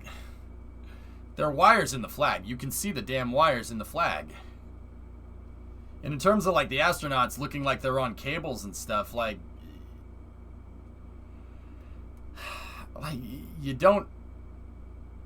It's 1/6 gravity. How are we experts on what 1/6 gravity looks like when we've literally never seen humans walk around in 1/6 gravity? Of course it's going to look weird. It's a different freaking celestial body. Not every planet looks like Earth. This isn't Star Trek.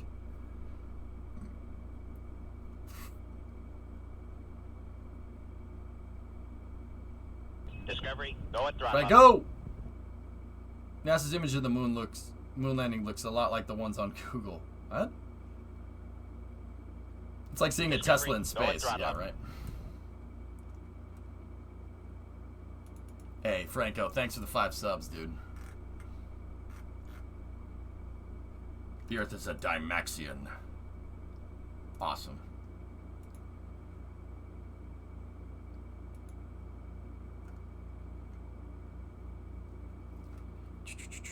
Tech, you watched it live? Hell yeah, man.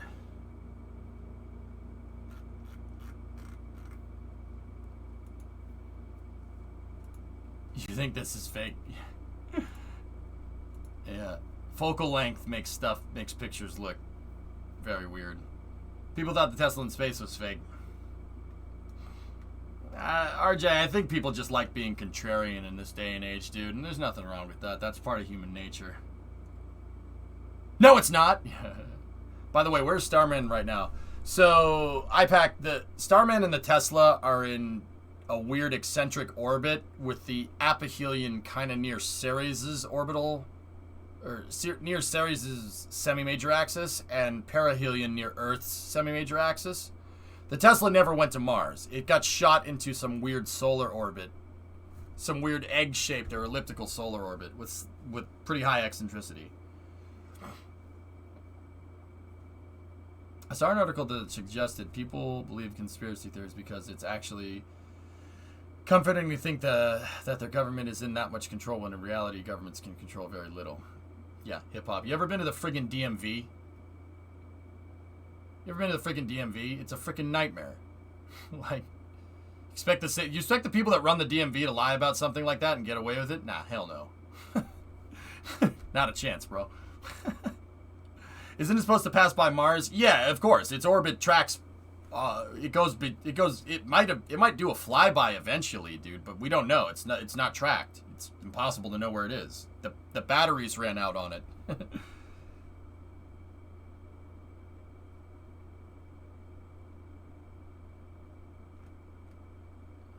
Skepticism is healthy. Becoming false experts and ignoring the massive amounts of data that say something is true is not healthy. Correct, Rocket.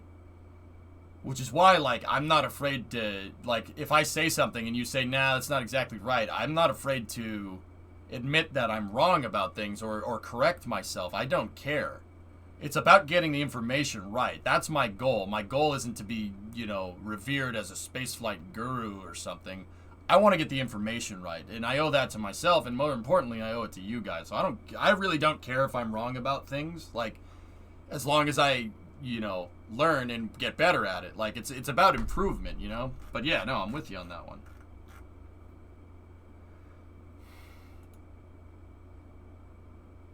Supergraph, what gets me sometimes, what irks me sometimes is when people be semantic and they be super, like, technical in a time when we're not being technical. But that's just Twitch chat, so whatever.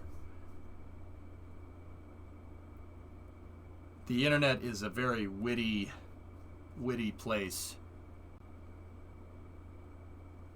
Yeah, Tech, exactly. I'm with you on that one.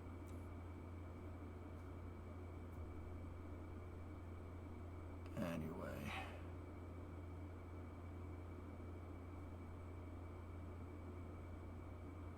Are you wrong? Think about it. Let that one set in for a little bit. Anyway, let's keep going. I agree, Basu. That just feeds into the same kind of irritating behavior that people, well, I'm just being skeptical. Being skeptical is part of science. 2 + 2 = 4. Oh, I'm skeptical of that.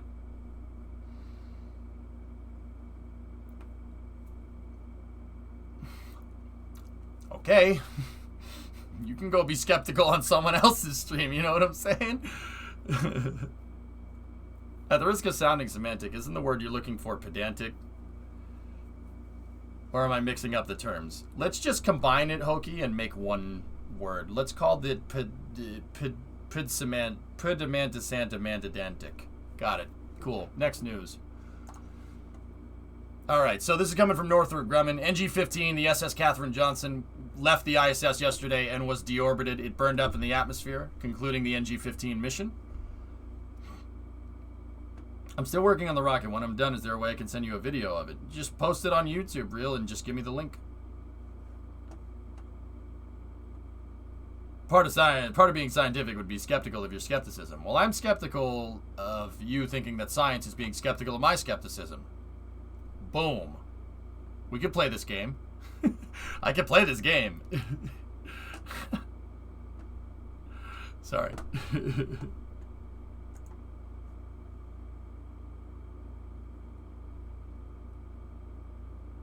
Also, it's so unfair. We are going to space, have plans for Mars, and no one can fix my car lacking power. You could, Pack.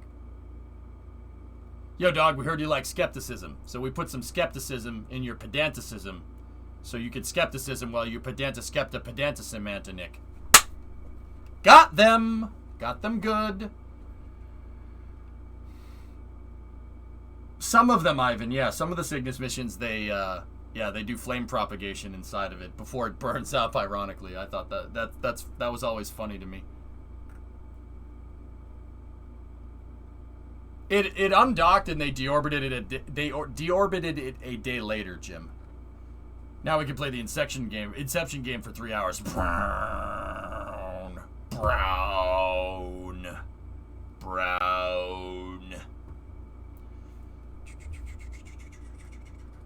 Can you check what was the other STS flight that has 8 people besides STS-61A? What did I just get through saying, man?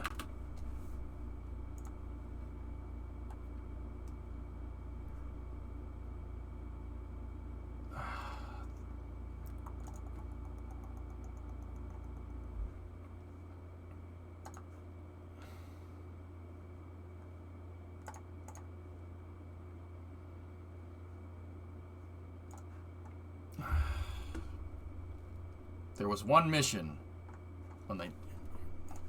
It's time. This is a waste of time.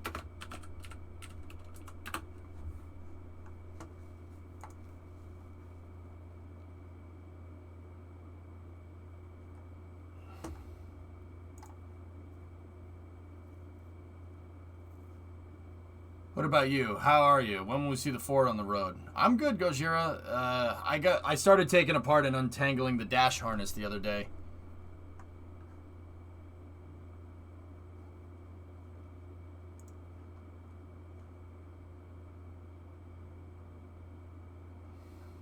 I don't know, WW. I could be wrong on that one. It doesn't matter because, I mean, I'm not gonna say that it doesn't matter. I can't find anything off the top of my head, off the cuff like this. I could have sworn I read it. I could be misremembering. That's possible. Not infallible when it comes to this stuff. But do you even know why we were talking about 8 people flying on the shuttle? Do we even remember what the root of that conversation was? I'm just curious.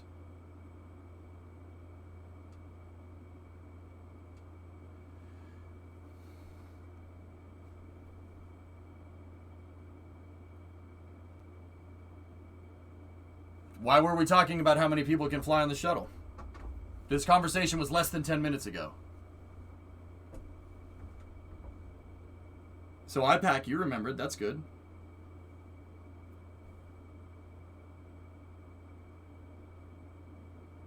Get a space station staffed properly. There you go.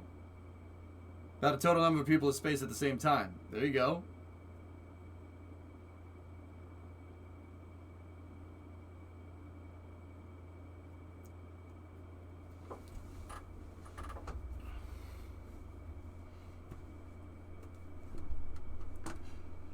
So,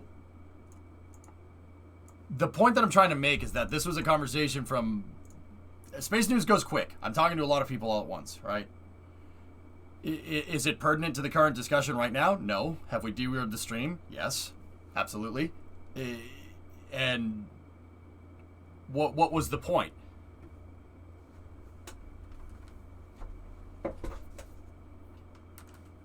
See what I'm talking about? Like...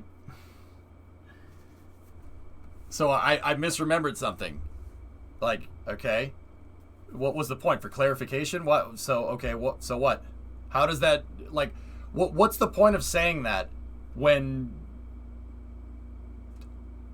like, it doesn't even really matter. It's not even totally pertinent to the original conversation. You understand what I'm saying? This is what I mean about when people be semantic on stream. Like, dudes, if you want to shoot me a message and say, hey, I don't think you got this right, that's fine. But, like, I have no problem saying I'm wrong. And I can't find anything on people flying on the shuttle. I could have sworn it happened, dude. But, I mean, there's 61A, and that's it, I guess. 71 came home with 8, but went up with 7. I mean, there's that. You know, like this semantics derails the stream, and this is the kind of stuff that make space news go long. See what I'm talking about? Like, and once again, have no problem admitting that I'm wrong. That's fine. If I'm misremembering, I'm misremembering, dude. I have a pretty good memory, but I can't remember everything. You know what I mean? It's just, dudes, like, shoot me a message or something, and I'll talk about it later. Like, I'm trying to make it so these space news segments don't go for 5 or 6 hours. You know what I mean? But this kind of stuff is usually what makes them go very long. Anyway, let's get to the next news, okay?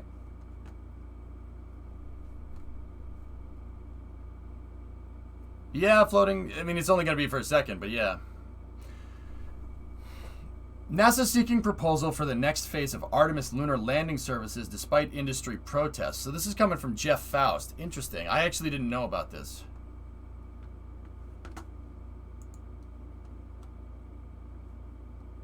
All right, let's see what we got.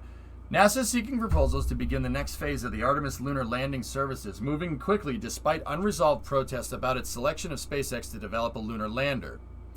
NASA issued a request for proposals July 1st for what it calls Sustainable Human Landing System Studies and Risk Reduction.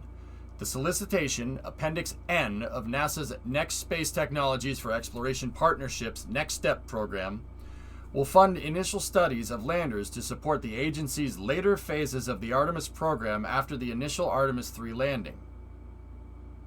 Okay.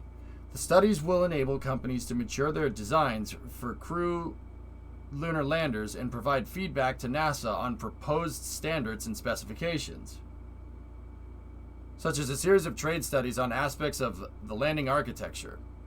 The studies would also support specific risk reduction activities proposed by companies for their landers. Can you explain the recent shift to circular solar arrays, or does it only look like a transition? What do you mean?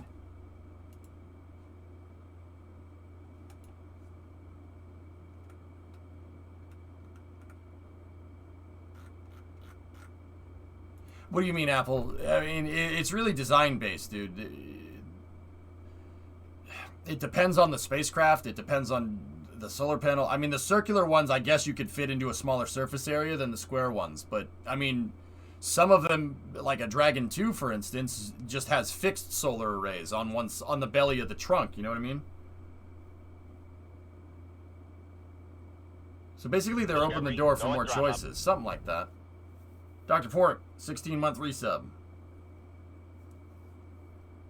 I'm seeing more and more circular solar arrays in future designs. It's probably because you can store them in a smaller space, Apple, if I had to guess. I'm sure there's probably some reason that I don't know about, you know?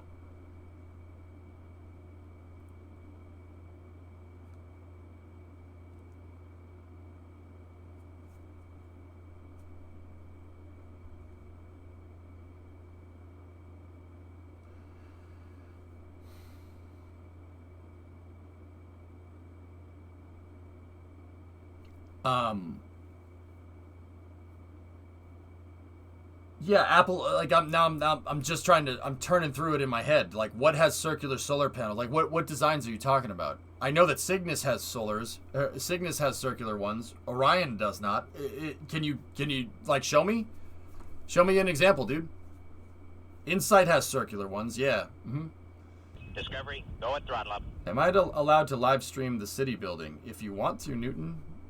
Yeah, sure. Just people still have to whitelist themselves if they come in the server. So if somebody's like, "Hey, can I join?" the answer is a resounding no. You have to come here and follow and stuff. Viniz, 7-month resub. Is the national team getting funding? I'll get back to this in a moment here.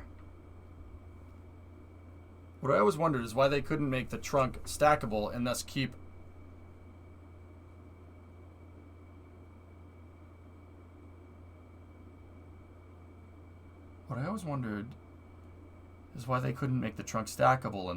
the pressure vessel in orbit. I mean, the pressure vessels are essentially photovoltaic. Oh, the panels. Probably because an extra rendezvous operation on a spaceflight mission is just extra steps.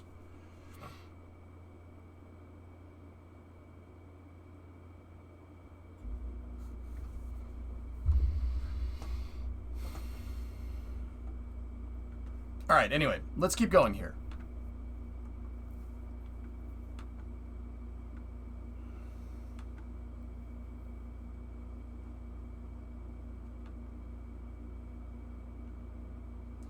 Okay, so it looks now. Okay, I got to read more about this. I just want to see what Jeff's trying to say. I already knew about. I haven't read Appendix N, but I've read Next Step before. But let's take a look. NASA's announced plans for Next Step Appendix N in late April. Shortly after awarding a $2.9 billion contract to SpaceX as the sole winner of the Human Landing System competition for development of a lander and a single demonstration mission with astronauts. Next Step Appendix N is intended to be the first step in the Future Lunar Exploration Transport Services program to acquire landing services after the Artemis 3 mission.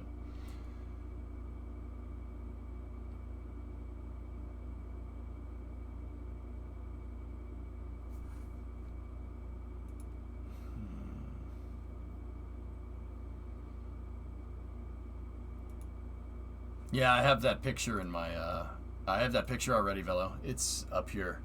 It was literally the next thing. I think, Apple, circular solar panel spacecraft, like Orion was supposed to have them during the Constellation program. So I think it's just really a matter of what the spacecraft is, what it's doing, where it's going, and how much space you have inside of the fairing, you know?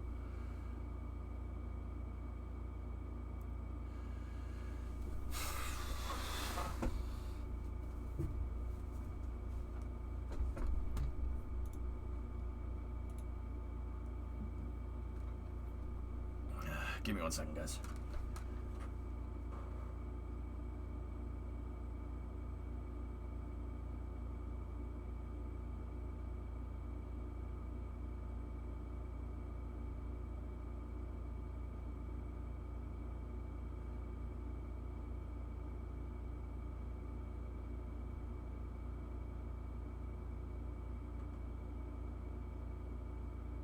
Huh. Oh, that's a pretty cool message. All right, cool. Public, well, I lost my job. What's the temperature room? Steven, it's cooler here. It's only 70 outside. Relatively cold comparatively. What's 70? That's what it is right now. 21C. It's fine. Yeah, we can more. The window unit is exchanging the heat perfectly. It's been at 70 degrees for like the past hour in here. We're gonna get another another warm front coming through, Steven, next week, on Monday, I think on my birthday. Anyway, Public, you lost your job. That sucks, man. I mean, it happens, dude. Yeah, Rocket Guy, you really like what NASA's doing with the current schedule. We'll get back to the HLS thing real quick. I mean, Public, that sucks, man.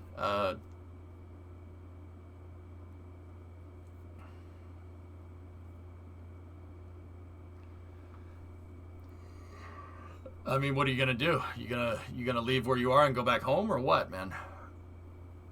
Come up with a plan, dude. It's just a low point, just another bump in the road. You'll be fine.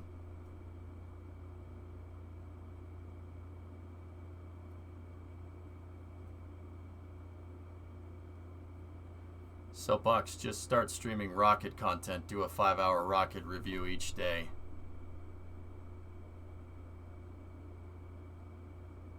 Are you making fun of me?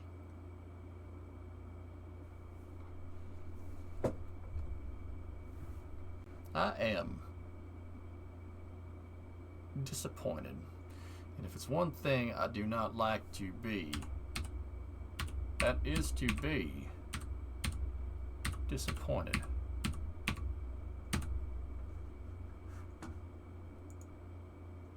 So never happen again?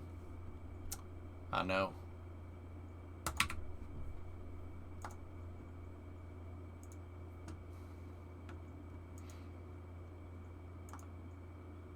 Sorry, sir. This will never happen. All right, cool. I'm done.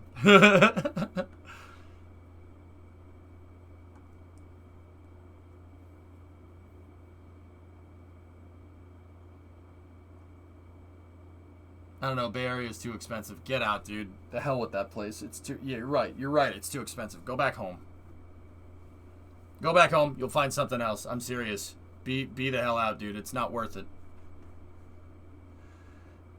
So, I don't believe some random guy, but it's making sense. Why do some spacecraft have circular solar panels?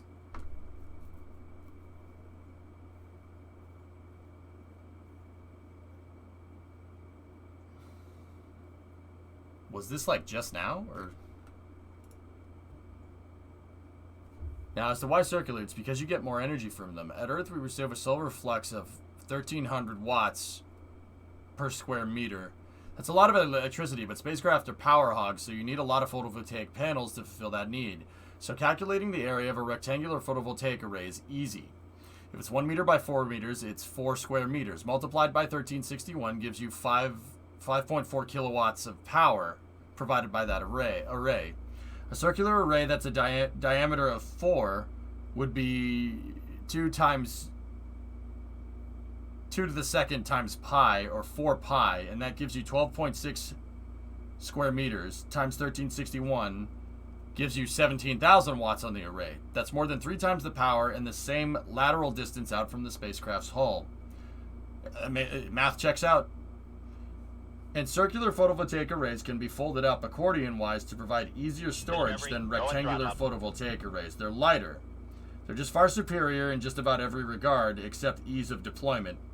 That's a tough trick. That's a tad trickier than using rectangular photovoltaic arrays. Makes sense to me. Aquila Star, 4-month resub. Sup? How you doing? Bunny, 2-month resub. Thank you.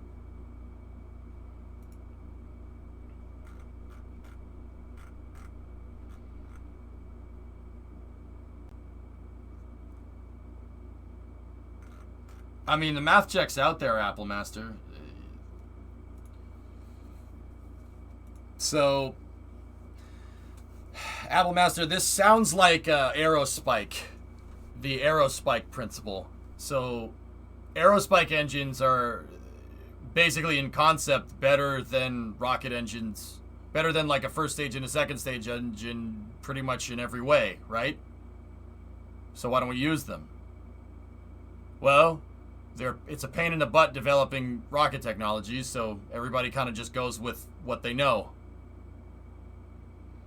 So that seems like why we don't see, circular solar panels as much, because it seems like the deployment mechanism is a pain in the butt to engineer comparatively to just a fold-out solar panel or a roll-out solar panel. Apparently they're heavily patented. Well, if somebody's patenting the deployment mechanism, yeah, there you go.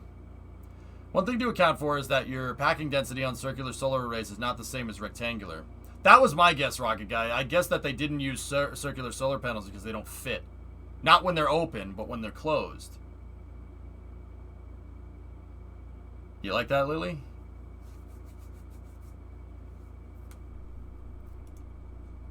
That and the other thing about Aerospikes is that engineering an Aerospike does not make any sense unless you're making a reusable SSTO. Emphasis on reusable.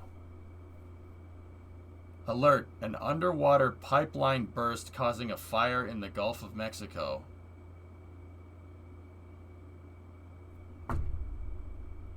That's fire coming out of the ocean. Okay. Yep. Nice, Forge. That water is on fire. Photovoltaic cells are rectangular, so fitting a bunch of rectangles on a circular surface limits your placement and not fitting the cells. Yep. Does that take into consideration the empty space due to the cells being rectangular? Yeah, not 100% on that one. Maybe.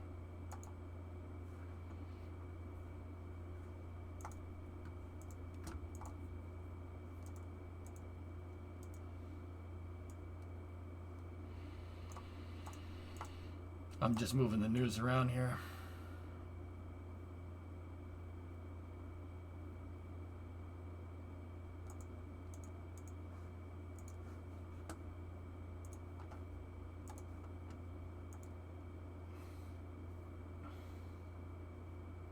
Yeah, Hotbox, there you go. Economies of scale, definitely a thing. All right, let's keep going. So, the announcement is a chance for the pioneering private sector to claim their stake in the emerging lunar economy and make history with NASA. Lisa Watson-Morgan, NASA's HLS program manager, said in an agency statement about the new solicitation. At an industry day on May 3rd, Watson Morgan said NASA anticipated making a few awards at about $15 million each. The RFP, or request for proposal, will support proposals worth up to $45 million, or up to $100 million if options for additional work are exercised.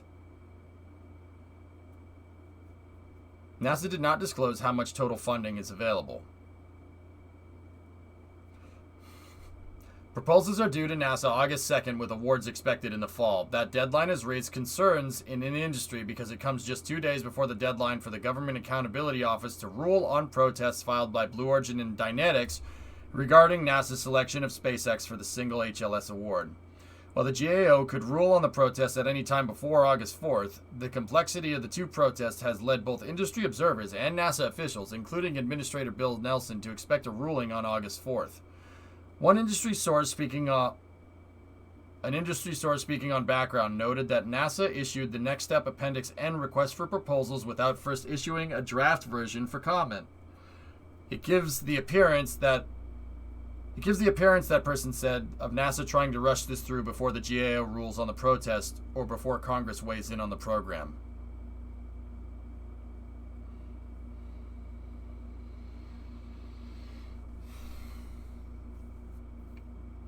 A NASA authorization bill included in broader competitiveness legislation is passed by the Senate June 8th.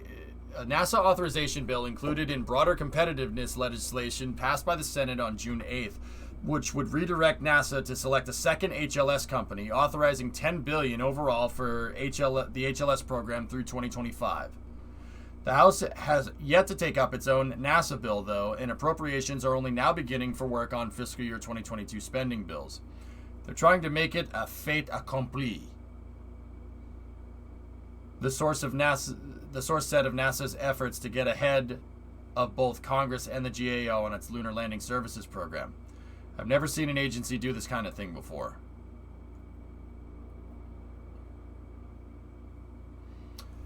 An outside expert agrees that the way the competition is structured puts Blue Origin and Dynetics in a bind. The timing may compel the protest to basically concede to participate in NASA's defined process leading to LETs, said Greg Autry, a professor at Arizona State University's Thunderbird School of Global Management and a former White House liaison at NASA during the last presidential administration. These companies will surely feel the pressure to respond to simply stay in the game. However, Autry said he was relieved that NASA is moving ahead with the LETS effort. The agency's decision to select only one company with just one guaranteed landing left me worried that the agency was contemplating a touch and go on the moon with no sustained presence before shifting focus to Mars missions, human-rated Mars missions. In particular, it's good to see the words sustaining and sustainable all through this document. He said of the solicitation, I think that it tacitly acknowledges a post-Artemis 3 presence. The structure of this also addresses my criticisms of the single vendor award in that any long-term lunar surface activity that depends on a single system is unsafe and non-competitive, and a non-competitive market will be unaffordable in the long run.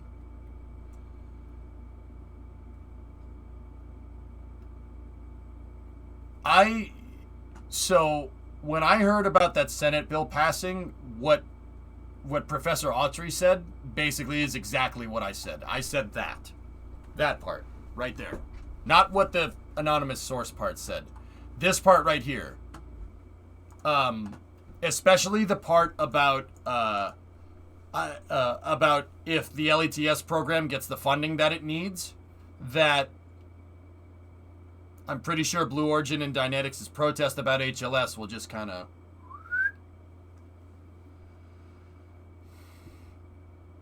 they'll just go away. Yeah, forcing hands, Rocket Guy, exactly. Yep.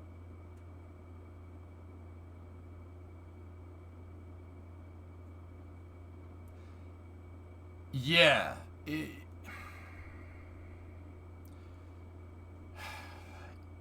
This entire mess is because Congress underfunded the HLS program.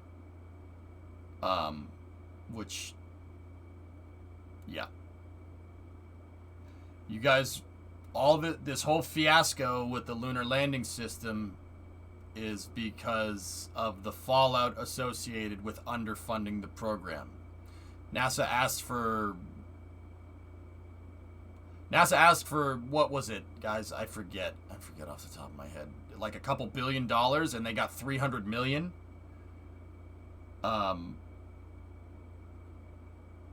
It basically forced NASA's hand to pick one provider, and then the people that controlled the purse strings that underfunded that program got all pissed off because they only selected one provider.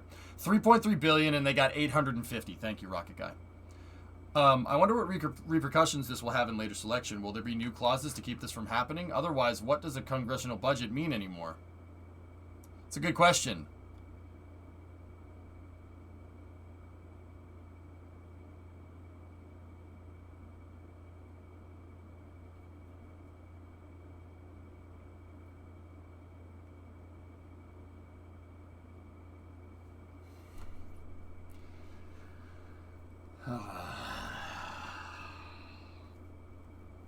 Like, Rocky Guy, like, here's where I'm at, dude. I understand the process, and I understand checks and balances, and I understand how this all works. I've made it a very, very big thing to understand space policy and understand how it works and understand why it is the way that it is. With that being said, why is it so goddamn freaking hard to get this on the books? It's ridiculous. Is Orange Rocket going to get a better name? Who knows? I don't know, of course. Maybe they'll name it after Artemis 1.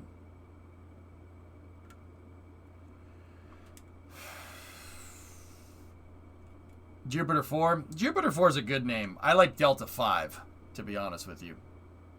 I want to keep the Delta name going, so I like Delta 5. Or name it after one of the space shuttles.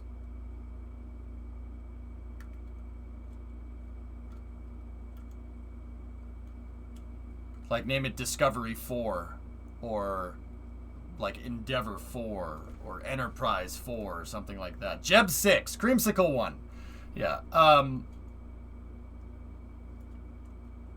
name it Buran.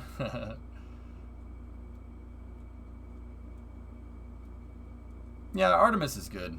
It sucks, Smirks, because Ares is such a Chad tier name for a rocket. And we're not going to name it that. I go for NCC 1701. Nice. Nice. Yeah, well, we got to call it Enterprise then. Or call it Constitution Rocket. That'd be pretty cool. Name it the Stick, since the carrot didn't do anything. Yeah, whatever, right? Why can't we name it Ares? I don't think anybody's going to name it. I think it's bad juju if you name it after a rocket that got canceled before it flies, you know? Boomer 21, nice. Spaceball 1, nice. But yeah, I mean, this very much seemed like, it very much seems like NASA is playing games and they're trying to force Congress's hand to get the money. But, once again, when you don't get what you need, yeah, they have to do something else, you know. I think that they got the fiscal year budget, they got the fiscal year money for this year or for next year awarded, right? And NASA realized that it wasn't going to be enough money, so they made a change. They made a change to the broad agency announcement by adding Appendix N for the LETS program. Which most likely that they were most likely going to do that anyway, but they probably did it quickly to get it on the books to show that they need 2 landers, which is right. That's correct. Hey, Parliament. The only bad thing is that this was practically playing chicken with Congress. I agree, Rocket Guy. Yeah.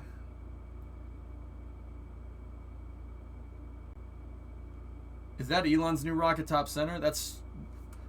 Yeah, that right there is one of Starship's landings. I think that one is SN11. I thought that had the best camera angles. That's why I kept it up there. Not long ago, was looking at polls around the space program. Strong support for moon landings are 30-ish. 40% don't care. 15% hate the idea. 15% don't know. Just isn't something that there's a lot of support for.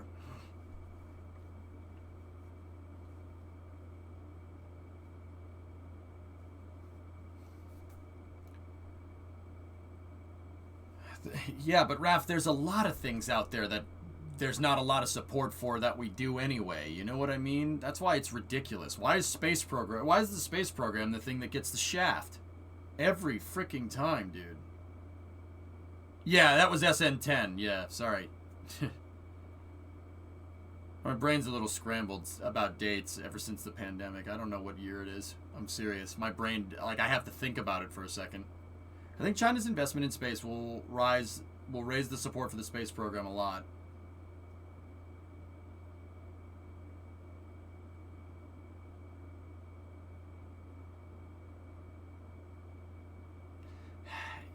Infi, I don't mean to sound like a stick in the mud, but you'd think that, right? You'd think that, you know, China with their space station, it's very high profile, and with their plans to go back to the moon, and their plans to work with the Russians on the moon, you'd think that, you know, more roulette people would be concerned about this. But, dude, we watched Bill go in front of the House for NASA's budget committee meeting, right? And out of all the people on that committee, like out of 20 different representatives, probably like 4 or 5 people at best said that it's important, which pretty much reflects to a T what Raphael said about support. Not seen as a threat yet. Yeah, Smirks, I know. Why do we always do that, dude? It's always not a problem until it becomes a damn problem. We can't be preemptive about anything. When it comes to the space program. Now, that's what I'm talking about. I'm talking about that nobody gave a crap about NASA until the Soviets launched Sputnik into space. Like, NASA didn't even exist. Like, it's just, oh my God. Why are we repeating the same stuff over and over? It's so stupid. It's so counterintuitive at times. But then again, Infi, you know, nobody gave a crap about spaceflight in 1956, and then 1958 was when NASA was founded, and then by 1961 we were moonbound. So yeah, maybe that's just kind of how history has to go, you know, or not how history has to go. Maybe that's just how this has to happen, you know.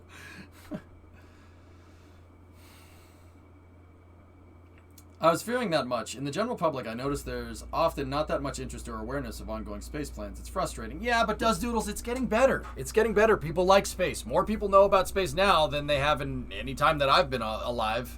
Seriously, when I was in high school, no one really gave a crap. No one gave a crap. I see kids going around nowadays. I see kids walking around with NASA shirts on. I see kids in freaking, you know, like stupid videos on YouTube, they have NASA shirts on, you know, so at least it's there in some way, shape, or form. It's better than it was. Wearing a NASA shirt to school, when I was younger, you'd get, well, I mean, I'd probably get laughed at for other reasons, but you'd get made fun of for that. But then again, there's not very many things when I went to school in the 2000s that you wouldn't get made fun of for. Maybe people just didn't like me. Yeah, I'm pretty sure that's what it was. I'm an annoying person. I'm not even gonna sugarcoat it. Well, the moment will come, and then we'll flip the switch and throw money at it again. I hope so, Infi. I hope so. But you gotta, like, Woodbite, thanks for the 7-month resub. You gotta consider that, dude, we don't look at China the way that we looked at the Soviet Union in the 60s. It's very clear that we don't, I mean, it's not like, now, whether you want to say there's a Cold War between China and the U.S., I suppose that's down to personal like opinion, I suppose. But we definitely don't have the relationship with China that we had with the Soviet Union. You know what I mean? We were roughly the same age. For me at school, it was worse. Why bother with space at all? Yep. Yeah. Mm-hmm. Yeah, Smirks, why bother doing anything? Why bother driving a car? You could just walk because we're on an island and now everything's real close, right? Like, it's the dumbest thing I've ever heard. You know?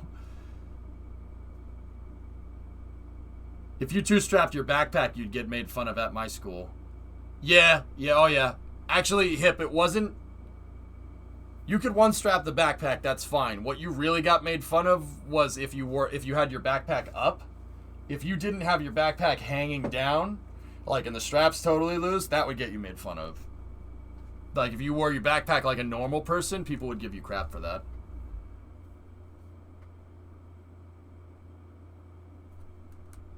The Cape has entered Hurricane 5. Uh-oh.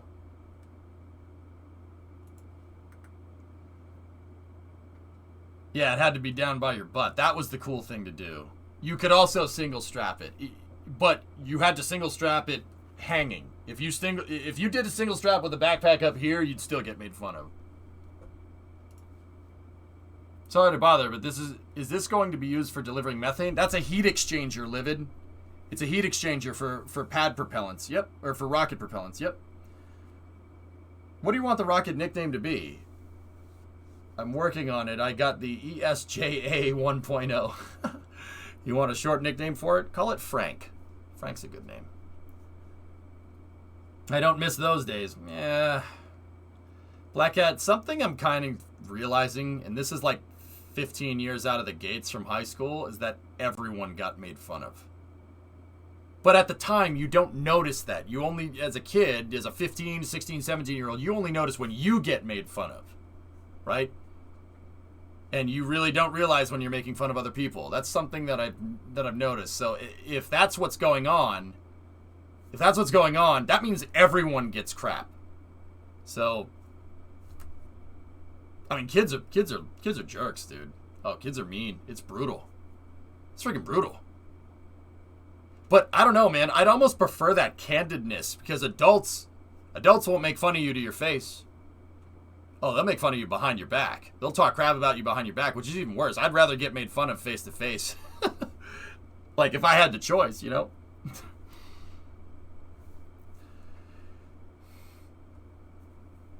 Yeah, Dark Days, yeah, their backs are all screwed up. Well, I mean, Dark Days, I never carried anything useful in my backpack because I didn't ever carry my textbooks to school because I didn't care. So I just carried some blank notebooks in my backpack that made it look like I knew what was going on. True story. It's not good. Yeah, that's right, Chief. Mm-hmm. Which explains your presence on Twitch. Ooh. Yeah, right, Buck? You're smelly. How do you know? Don't worry, the kids are making fun of you behind your back, too. Most likely, Soapbox, yeah. Soapbox, the other thing that I came to terms with is that I am an annoying person. Like, I can curb it to an extent, but look at me. Like, you get me going talking about something, I won't shut the hell up. And I won't know when to stop either. This is why I always warn people if they want to talk about space with me in real life. I'm like, yo, wait a minute. Don't do that. You know? That and working retail beat any social awkwardness out of my psyche. You know what I mean?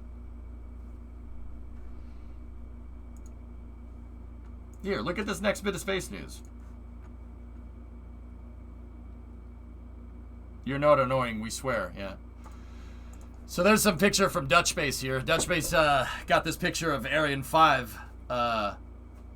Ariane 5 being worked on here before its mission, which is pretty cool. There's its mobile launch chair, and there's a ESA truck. What truck is that? I don't know. It's some Euro. I was about to say it's some Euro trash truck, but it's not. They make good trucks over there. I don't know what that is. It says Titan on it, so I'm guessing it's a Titan. But I don't know, that could be the company or something. Like the company that owns the truck that works for the ESA. Looks like a Peugeot. Scania or MAN.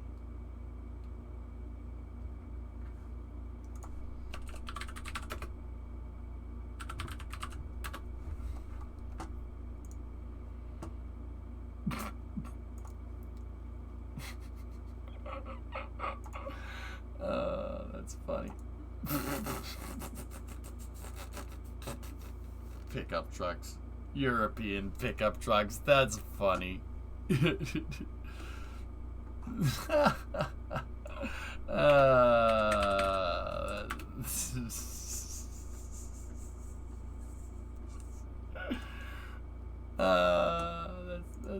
Sorry, that's funny to me. It looks like a Renault. Yeah, I don't think it's a Peugeot. Oh, Renault Lord. Yep, it's definitely a Renault. I mean, it's a French. It's basically your Ariane 5 is a French rocket, so I would obviously expect a French truck pulling it around.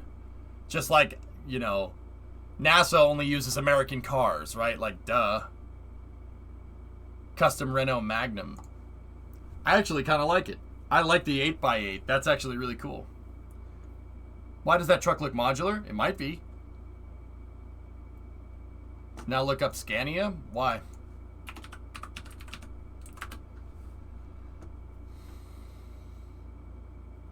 Yeah, all your semi-trucks look exactly the freaking same. What the heck's up with that? But then again, ours kind of do too.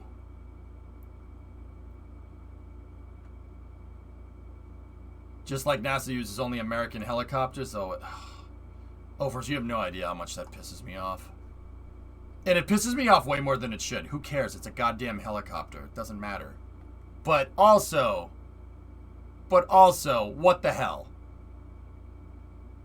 American trucks look way better, though? You think so? EU design regulations mean the whole thing basically has to be a cube.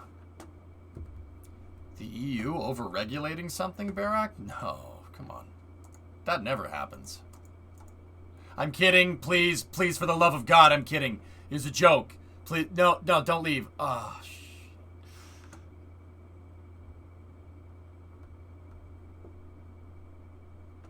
it was a joke. Yeah, nope, they're gone. Okay. Next bit of news. When will you learn that your actions have consequences? You freaking fricks! You ruined semi-trucks! Jebs, I don't know what you're talking about. I was kidding. Hey, different strokes for different folks. If that's how, I'm not going to tell you how to run your dang country. I'm not going to tell you how to run your dang continent. You do that. It's not me. Yeah, I just like semi-trucks, does doodles. To be honest with you, I'm sure those trucks are great. I like I like trucks that do work. I don't know. It's bizarre. It's a strange thing. Like, I like heavy equipment. God, I'm such a 5-year-old. It's so stupid.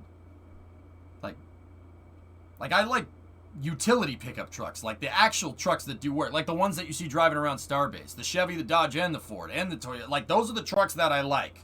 Not the brodozer trucks that you see with the huge mud tires that never see dirt. You know what I mean? I don't like those trucks. I really don't. I like trucks that do things. You use so much regulated things. In 2 years, all new cars are going to be automatically limited to current road speed limit. Huh. Huh. Huh. Huh. Huh. Okay.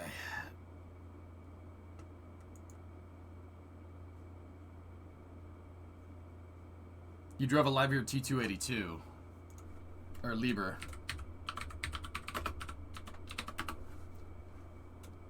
Let's see. Yo, now we're talking. Hell yeah. Anomaly, that's badass, dude. Oh, that's sick. I love it. It's like driving a freaking building around. That's so damn cool, dude. You must feel like an absolute Chad driving that thing around. Yeah, Dark Maze. Yeah, exactly. Oh, so, okay. Was it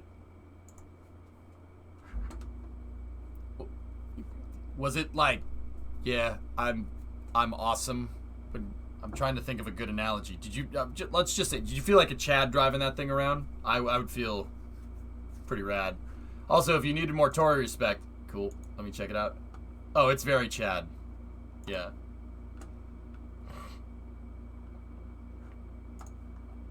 I got it, Novus. Thank you. My dream is to operate the bagger. Oh, baggers are so cool, man. I love heavy equipment. Oh, God, what the hell's the matter with me? It's like I have more in common with, like, my 5-year-old self than I do as my 15-year-old self. Like, my 15-year-old self just wanted to play shooting games all day. 5-year-old EJ was messing with trucks and dump trucks and space shuttles and stuff. But then again, who identifies with themselves how they acted in high school? Not many people do. So, yeah. What's its mileage? No, Bass. There's no miles per gallon with this thing. There's smiles per gallon with that thing. Smiles. Smiles per gallon, okay? Alright, so there's been some comments about Tory Bruno since he and Elon decided to just argue about a bunch of things. Here, let's see what a couple of interesting tweets are here. So, Tory Bruno's clarifying on what happened with SpaceX to get them. See, this is what I talked about yesterday. SpaceX sued the Air Force over ELV contracts in 2014. Yep. Who's Tory Bruno again? Tory Bruno is the guy that runs ULA, Euckerman. So Atlas 5, Delta 4, Delta 2 previously, and Vulcan. Yeah, he's very active on Twitter. He answers all kinds of questions, and him and Elon got into a little bit of a tussle yesterday. Tingmate, 3-month resub. Thank you.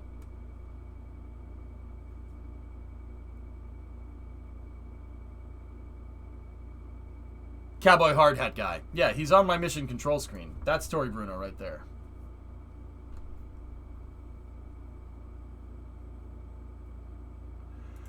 Could you elaborate quickly?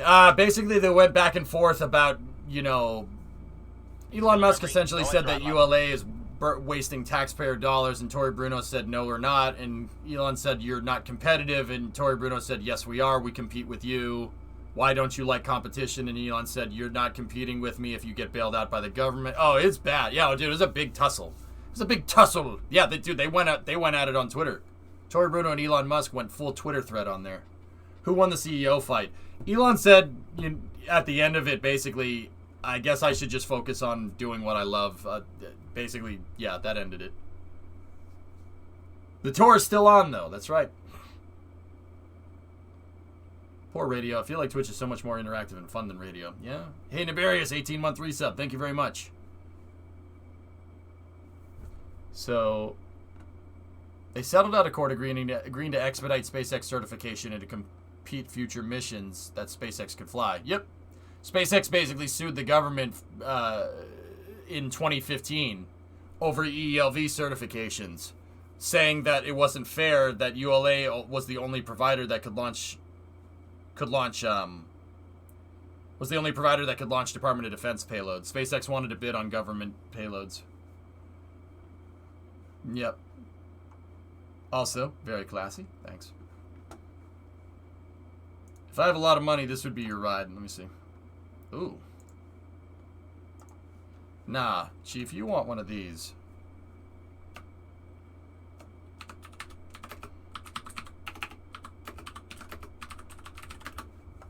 Chief, the hell with all that.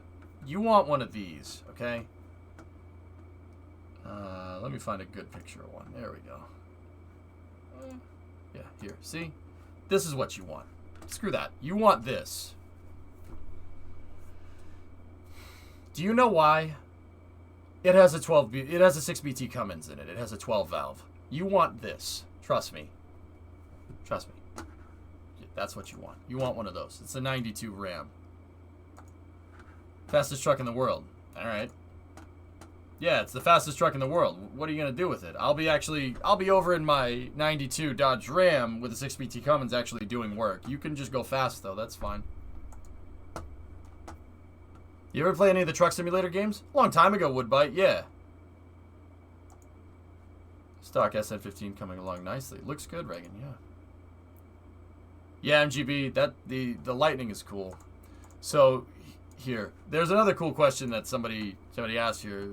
Somebody asked, Tory Bruno, what was your reaction when you came to know that you were going to be the CEO of ULA? That's great and all, but how's its crash rating? Its crash rating is really good, Irv, considering you're going to run over whatever you crash into. Yeah. Big steel bumper. Hope the other guy has a crumple zone, because you ain't going to feel it. Freaking hitting a deer with that thing feels like hitting a speed bump. You ever heard of the Bumblebee plane? I don't know. No, Hired. What's that? Okay. I was very happy where I was and did not seek this job, but it seemed to me that ULA and the nation needed the help that I could provide.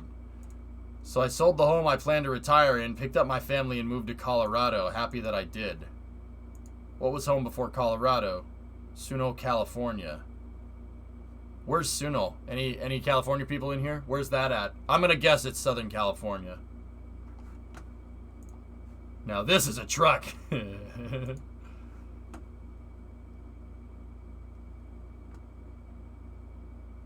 Oh, it's next to Fremont. Northern California. Nice. I guessed wrong. Knowing Tori Bruno, it's probably rural.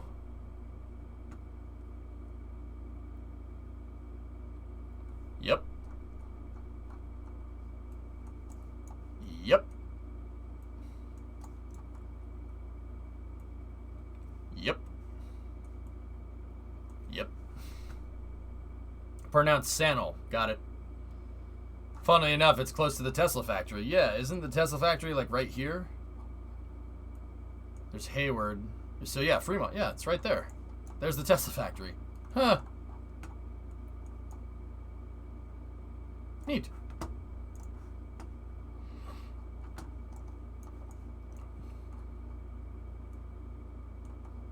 Seems like a really nice place. Interesting. See, that's what I mean, dude. That's what I mean. That's how bad of a spot that ULA was in 2014. They were, yeah, no, they sacked the CEO. I talked about this in a lot of detail yesterday. If you want to see it, go watch yesterday's Space News. Yeah, in 2014 they were in a bad spot. Yeah. That's why they like, and then Tori Bruno just confirms what we were already thinking. Like, I was very happy was where I was and didn't seek the job. Nice simulation. That's cool. I knew some people there. They had a $300,000 horse. Yep. Okay. Niles Canyon Heritage Railway runs through there. Really cool. Ooh. I love how Northern California is the top 3/4 of the state. Right, yeah, Pop. NorCal is anything north of Bakersfield. Right? I mean, it's not even NorCal and SoCal anymore. There's just Los Angeles and San Diego, right? And then there's the... then there's like the Sacramento Valley, and then there's the Bay, and then there's... NorCal is like above that, you know, like I don't know what he was doing, Rocket Guy. Like I'm wondering if anybody asks him.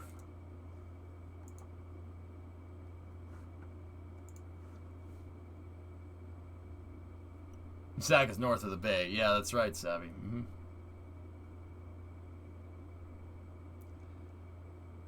Jefferson up there if the weirdos had their way.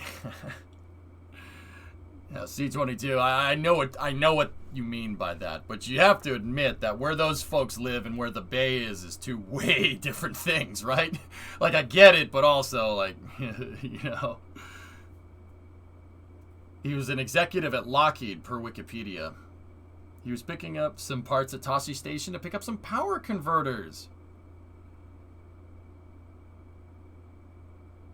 Being from there, I believe in Central California, north is above Sacramento. There you go, Granite, right on. You grew up around the Jefferson crazies? Sam, like I said, I get why they say what they say. You know, I get it. I understand. But, yeah, that's pretty much where that sentence ends, I guess. This is a baller sentence. All right, what is that for? Tori Bruno joined the advanced programs team where he worked on new rocket technologies, filing patents, trade secrets, and invention disclosures. After several years as a control systems designer and analyst, he transferred to the propulsion department where he became a ballistician and ordnance engineer. Yeah. Well, I made my bed today, Tori, so there. Yeah, C-22. You think it's a bad idea. I get it. I understand. But the first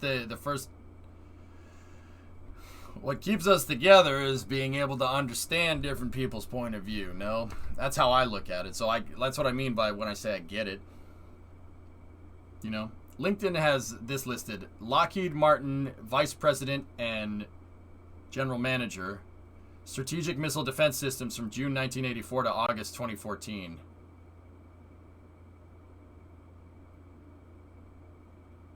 Ballistician is a hell of a job title. I did not know that that word existed until 5 minutes ago. Well, yeah, Tory Bruno worked on missiles. He worked on missiles. All kinds of missiles. Yeah, he's a big defense guy. And this is his profile picture. Yeah, he's pretty cool.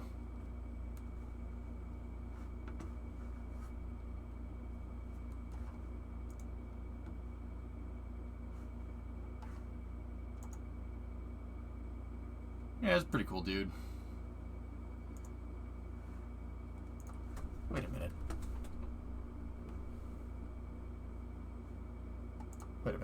Hold on. He was involved in a fun run. What is this? Okay, but bear in mind that this was a friend's historically themed wedding. Yeah, we saw the okay. Alright. Once upon a time, dude, that's pretty metal right there.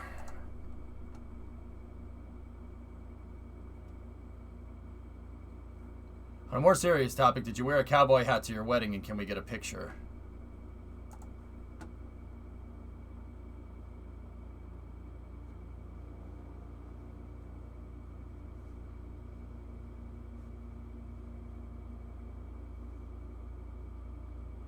Nice. Nice. Mother trucker. Guy pulled up to his wedding in a Corvair. What a Chad.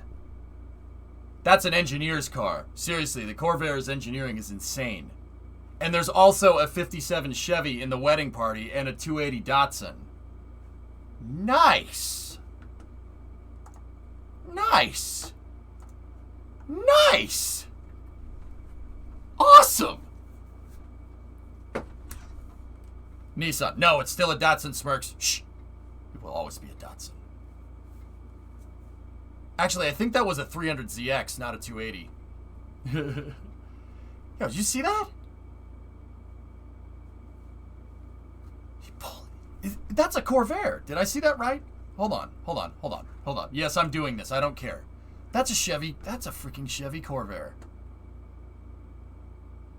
Here, no, I gotta be sure.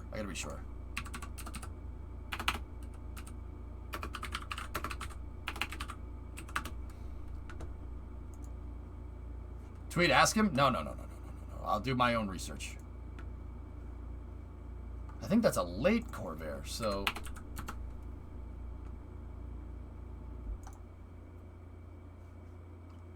Hang on, let's take a look. Let's see. It's an RX-7? I don't know. I thought it looked like a 280, but here, hang on. Yo, that is, dude, it is an RX-7. Tri-5 Chevy RX-7, and then... That looks like a white garbage bag full of feces. Wow. Alright. I don't know where that comment came from, but sure. Alright. I mean, if you're talking about it being a Chevy, yeah, but also... No, the door handles aren't right. Door handles. What kind of car is that? Antennas on the back right. It's a two-door coupe.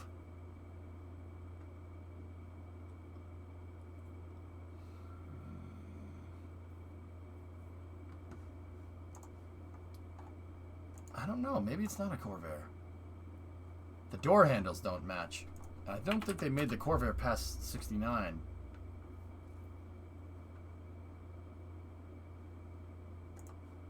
Nah.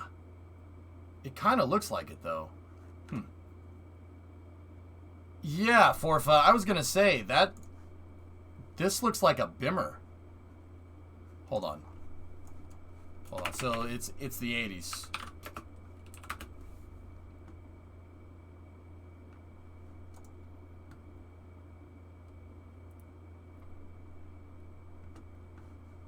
Yep. Yep. Antennas on the back right. Yep.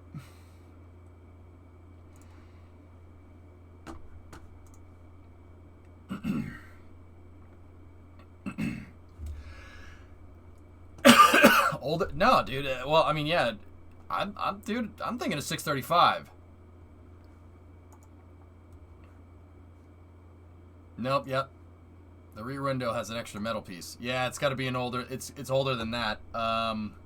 What came before the 635?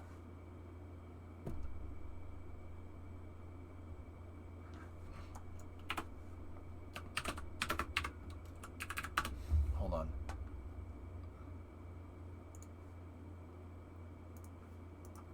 The 634?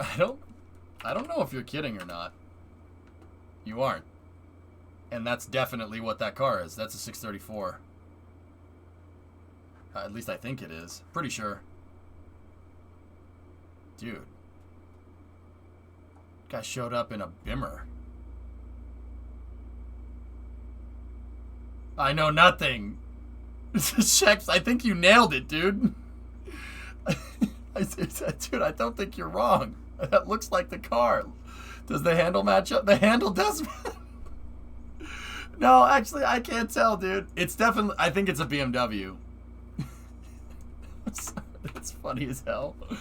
Oh my god. Maybe it's a 640? 635, maybe? Discovery, go at throttle up. Split front window? The handle's still wrong, though. Nope. Chat, we need to do some spelunking, but we should do it later. Either way, those are some really nice... Those are some cool freaking cars. And cool cars in the wedding party. What about the rear door split window? E30 M3 is the best Beamer ever made. Tessa, the show that I was at the other day, some guy had an LS3 under an E30.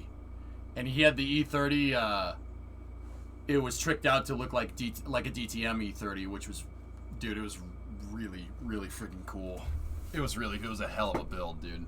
I didn't have time to ask him, I forgot. Yeah, it's not a Corvair, I was gonna say, but it could be a CSI or CS 3.0. Forfeit, yeah, it's definitely a Beamer. Dude showed up in a Beamer. And there's a Tri-5 Chevy and an RX-7 in the wedding party. That should tell you everything you need to see. That's cool, man. That's cool. It's a car guy. Was he Australian by any chance with a baseball cap and had some EDM playing? It wasn't Moog. But it was basically like that. Yeah. I saw it and I saw the Tri-5 Chevy in the picture. That's a 57 Chevy right there. That's a really nice car. Those cars are extremely expensive nowadays. Even a shell from a 57 Chevy is really expensive. Anyway, let's keep going. Tori Bruno's a Chad.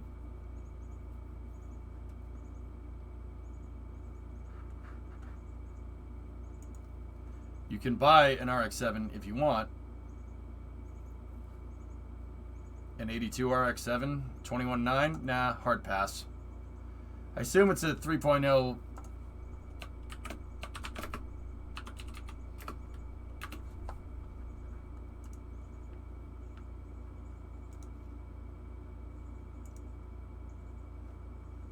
Yeah, that looks right. It's definitely a BMW, and if it's that, dude, wow. Respect, man. Nice wheels.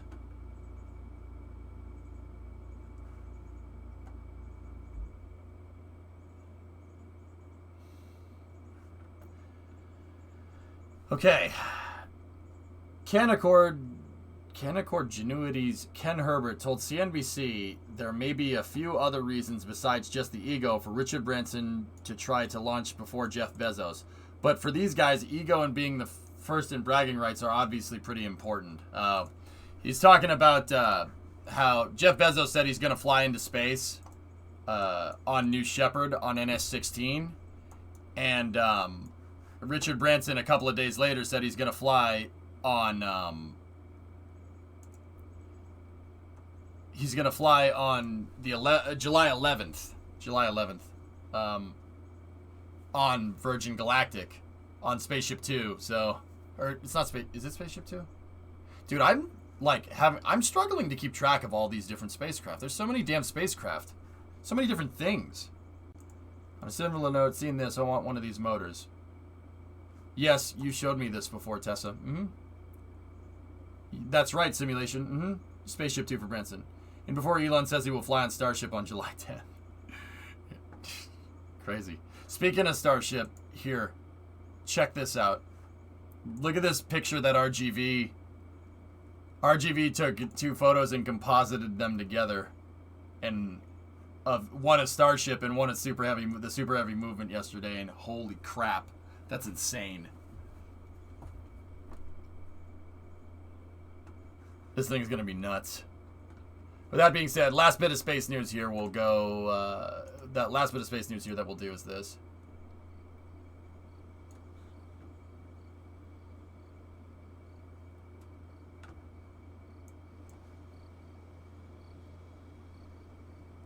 Ogromny Chunguska moves 7th section into place.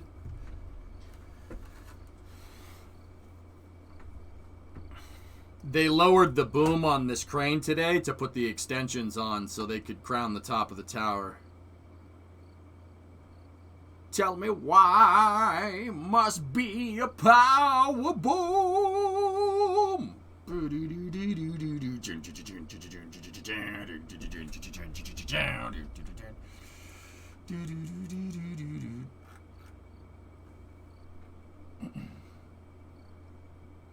Now, this thing right there, the thick part of the crane, is called a power boom attachment because the crane is modular. You see how the different color pieces? You can add different pieces in, right? And that attachment right there is called the power boom, so... Tell me why must be a power boom.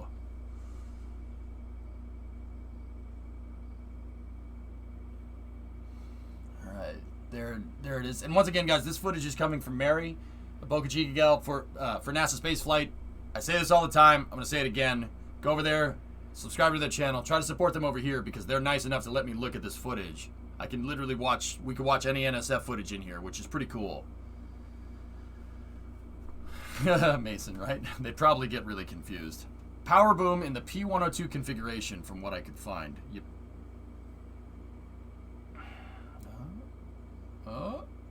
Gonna make it?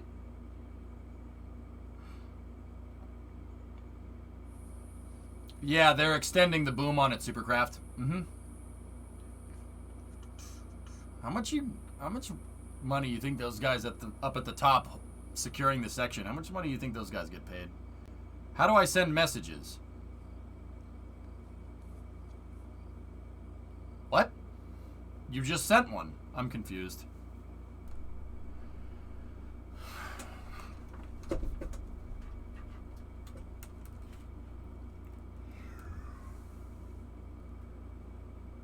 The scale here is ridiculous. Not enough? Yeah. 15 an hour? No, there's no way. Not for a trade skill, Kuro.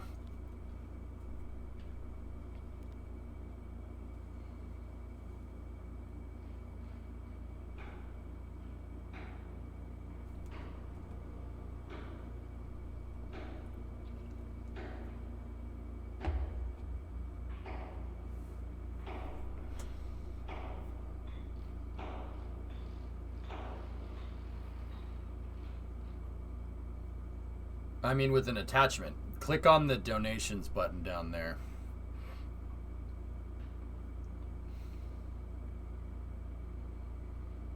Jack, if you're good at something, never do it for free. So this is them moving Super Heavy out of the high bay. This is booster 3, and booster 3 it will be used for just ground testing. They put it on the test stand, and they're going to do something with it. Googling steel erector in Texas. The average is $21 an hour.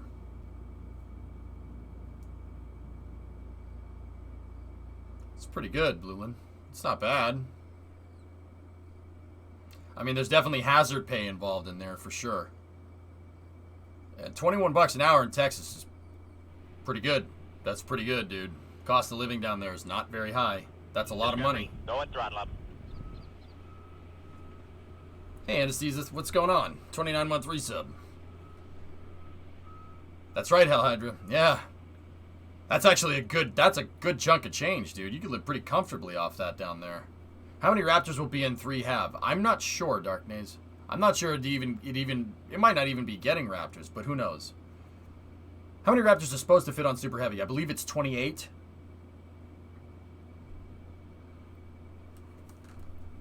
Oh, Hazaku, I friggin' wish, man. I friggin' wish, dude. $21 an hour won't get you very far in Boston. It won't get you very far. An apartment, maybe. Maybe.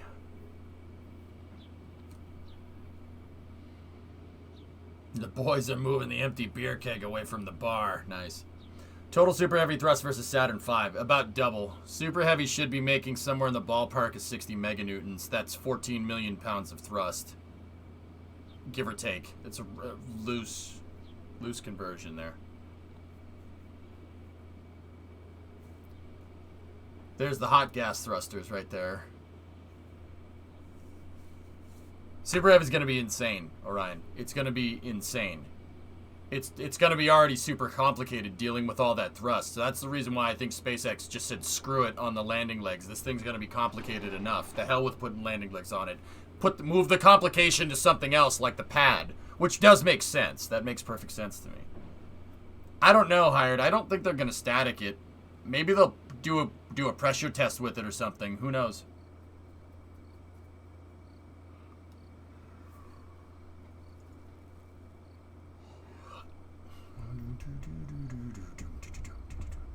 Here where I live, that's enough for a one-bedroom apartment. Yeah, I'm with you there.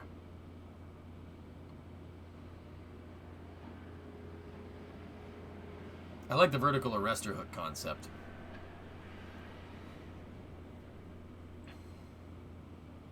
It's frigging gigantic. That's just the first stage, Anesthesia. That thing is about 70 meters tall by 70 by 9 meters. So that's it's about 220 feet tall and 30 feet wide. It's big. Super Heavy is as big as an SLS core is, if not maybe just a teeny bit bigger.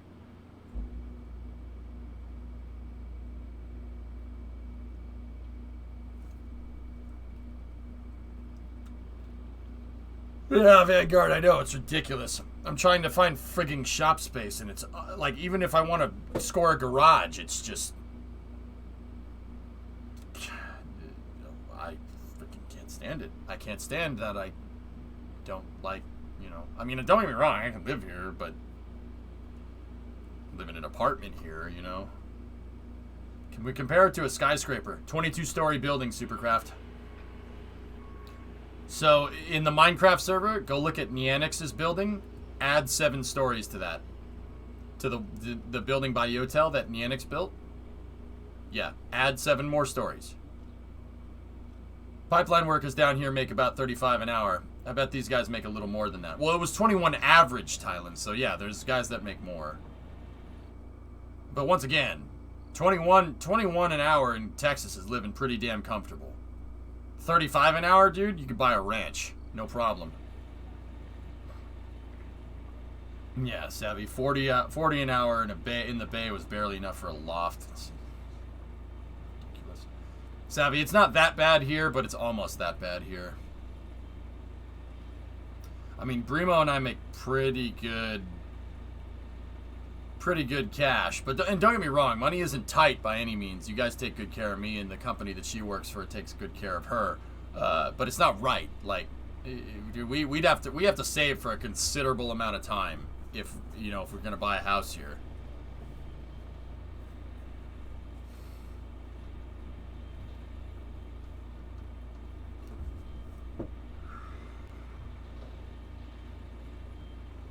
What about $40 an hour on Mars? What do we think minimum wage will be?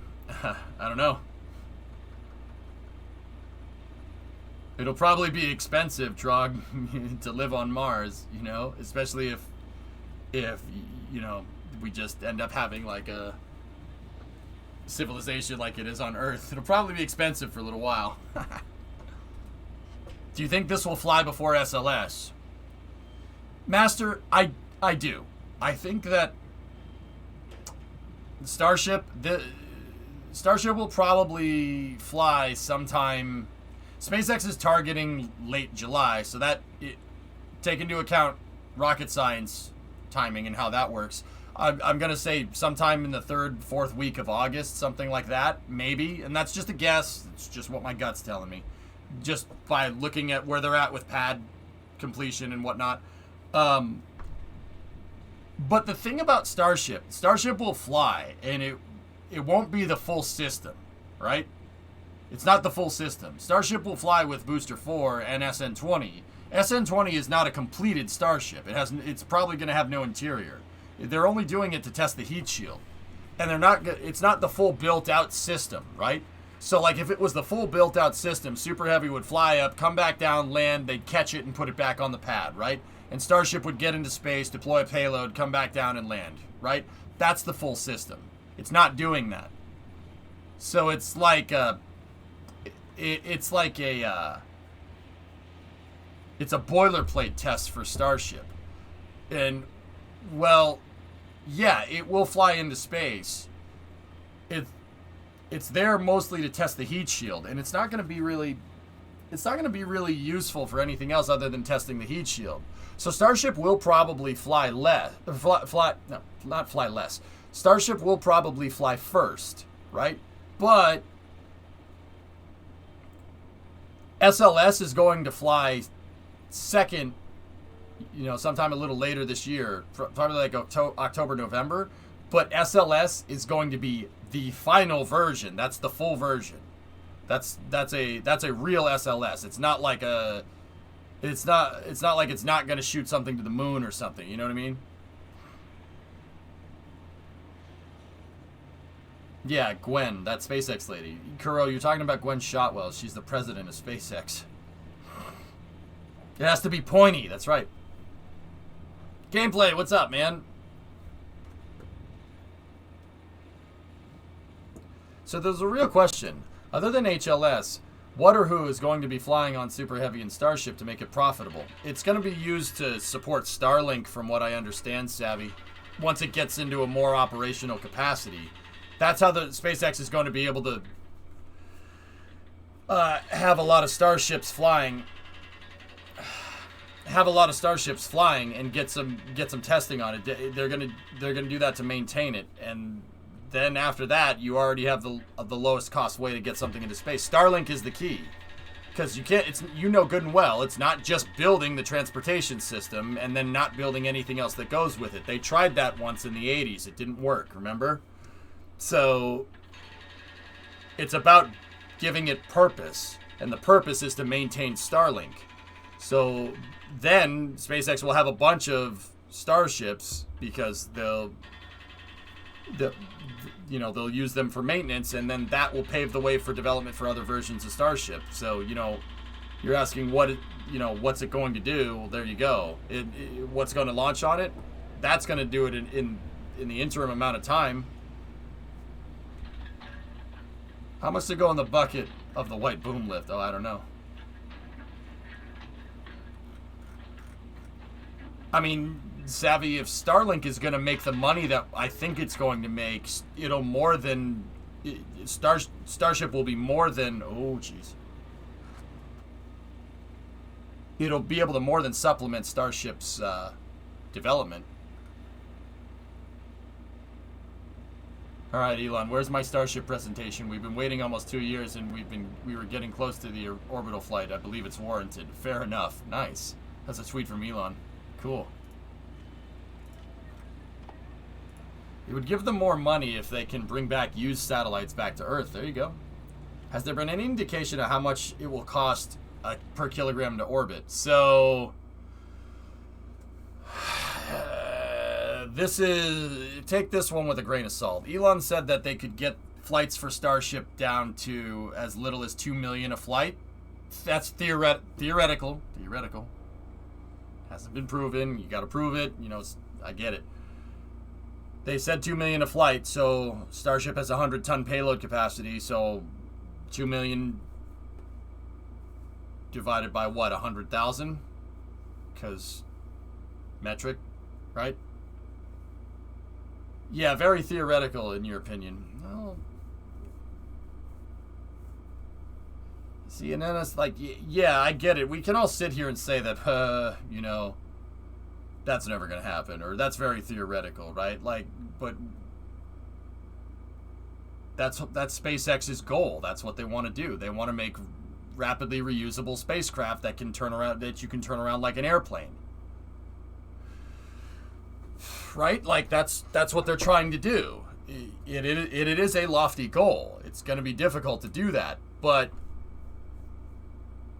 that's what they're shooting to do. Like, we can all sit here and say, that'll never get done, or, you know, SpaceX could go and actually try to do it.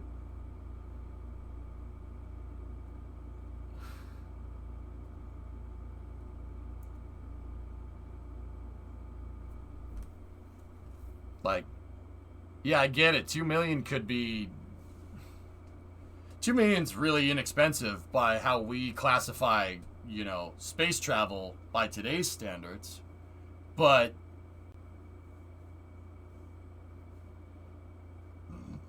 I mean, look at how expensive flying around on an airplane was until the 707 came around. Like,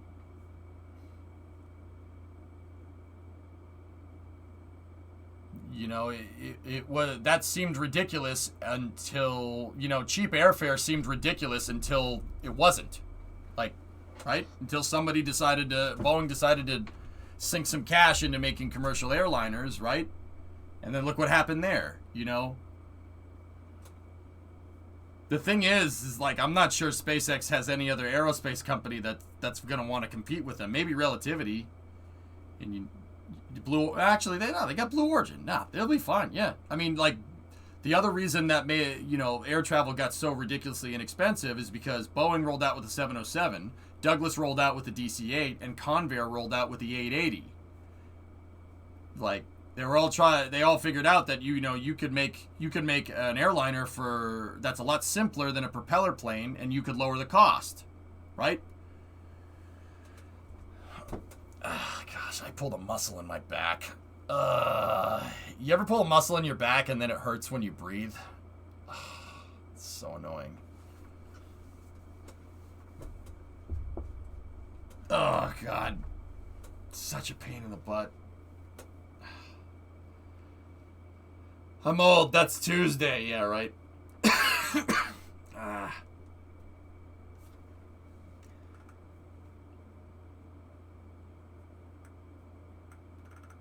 But EJ, there's one important fact. The aviation industry has still not reached its break-even point. The aviation industry is still operating at a loss.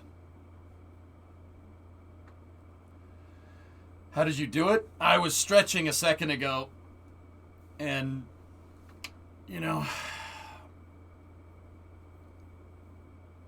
the worst thing, okay, I have a question, dude, and please, I'm not, just bear with me here. This is something I don't understand. The aviation industry has not reached its break-even point. It's still operating on a loss. If that's the case, why even do it? So what's keeping airlines in industry? What's keeping the airline companies? So why would somebody even invest in a losing business like that? That's my question. I don't understand. Like, please clarify. I'm sure there's some weird reason that I don't understand here. If it's such a bad endeavor, if you're operating at very low profit margins for an airline industry and it's a losing battle, why the hell would you do it? Some airlines are profitable, others aren't.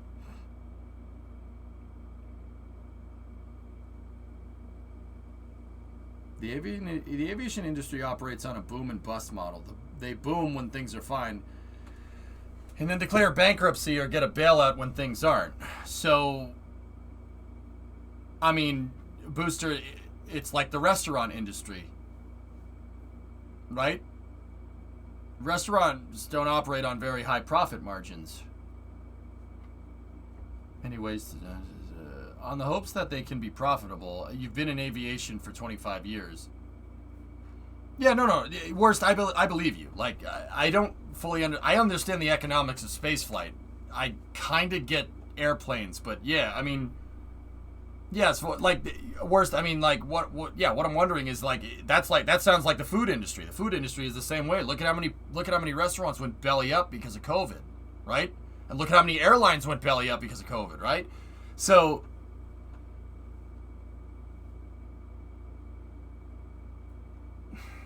you know, I get it, right? But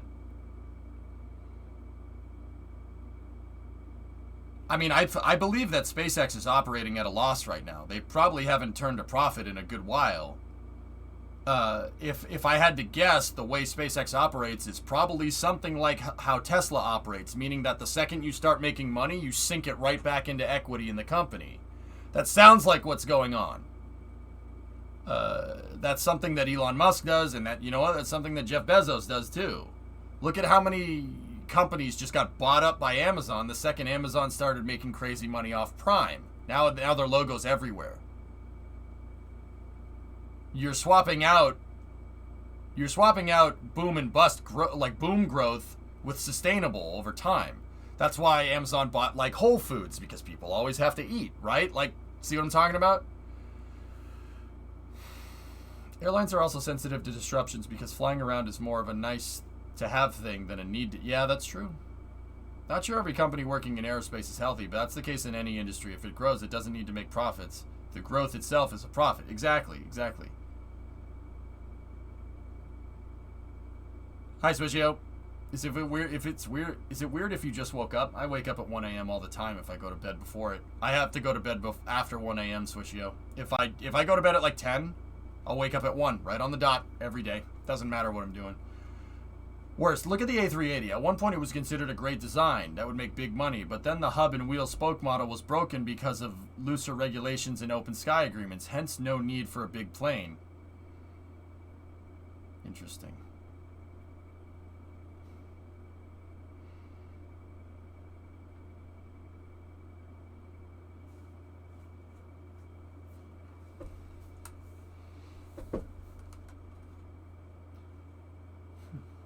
Worst, it's just interesting stuff to take in. Like, I know that SpaceX constantly uses airplane metrics. They use airplane metrics as their rule of thumb for Starship, right? Starship needs to be as simple as an airplane. It needs to be as cost effective as an airplane. Now, what I'm wondering is if that's the case, right?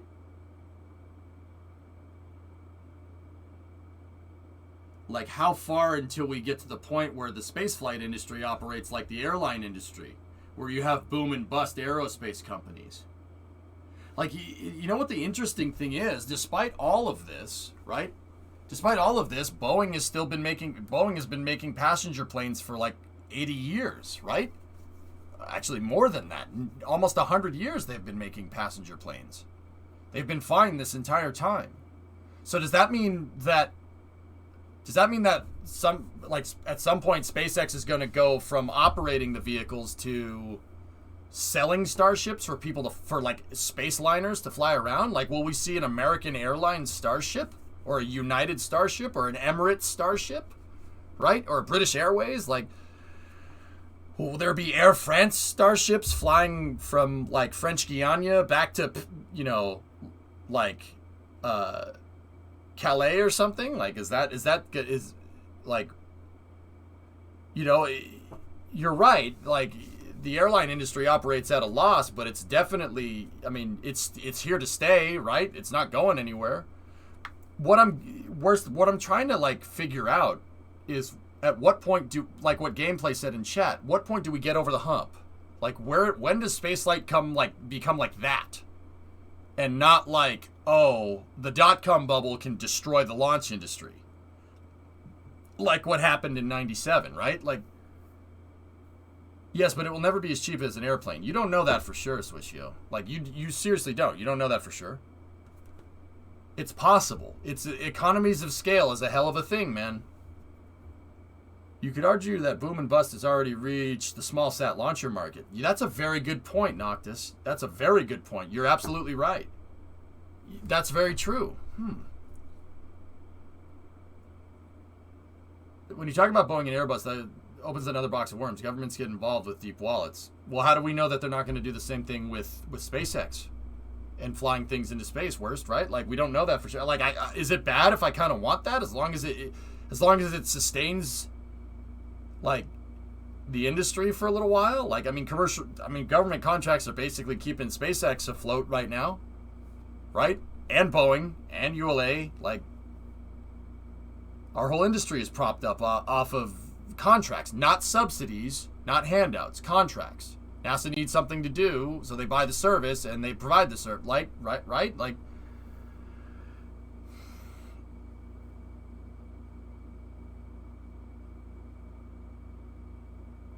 all right, I'm out. What's up, Firelight? You leaving? Nice stash. Hey, what's up, man? How are you? Sorry, I'm having like a deep conversation here. I'm thinking my mind's going into overdrive, dude. I apologize for not saying hi. How's things?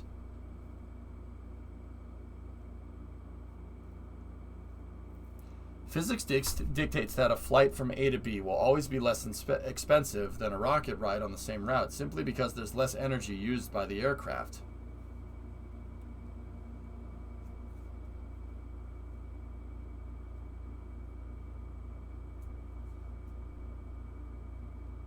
Well, Synard, by that logic, shouldn't a train be competitively priced with an airplane? Because the train uses less energy? It's a more efficient way to move things? You still see people taking flights from New York to Boston, and New York to Philly, and New York to Washington, D.C., right? Like, I'm not trying to prove a point. I'm actually trying to talk it out.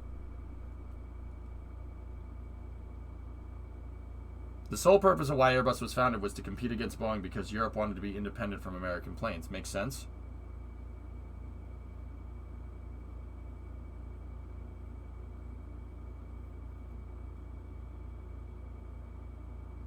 Cost isn't the only factor. Exactly, right? Right, but rail freight traffic massively outmasses air freight.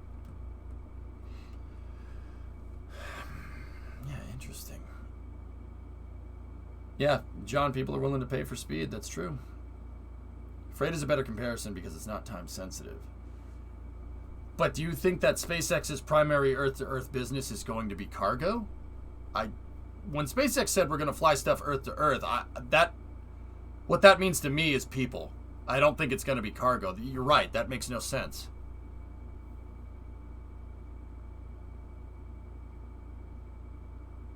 Yeah, interesting, worst, right?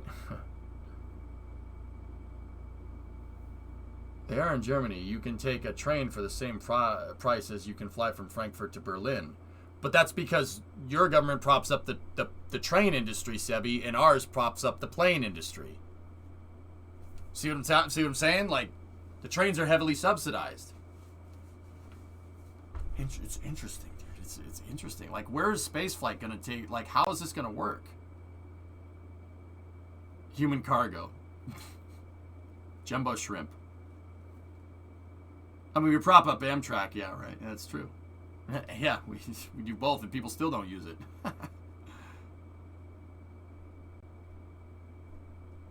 Next, Ingenuity flight details. Cool.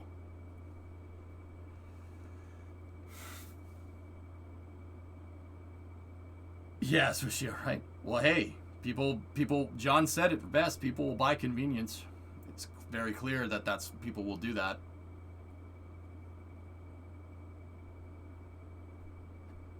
Freight railroads are pretty profitable.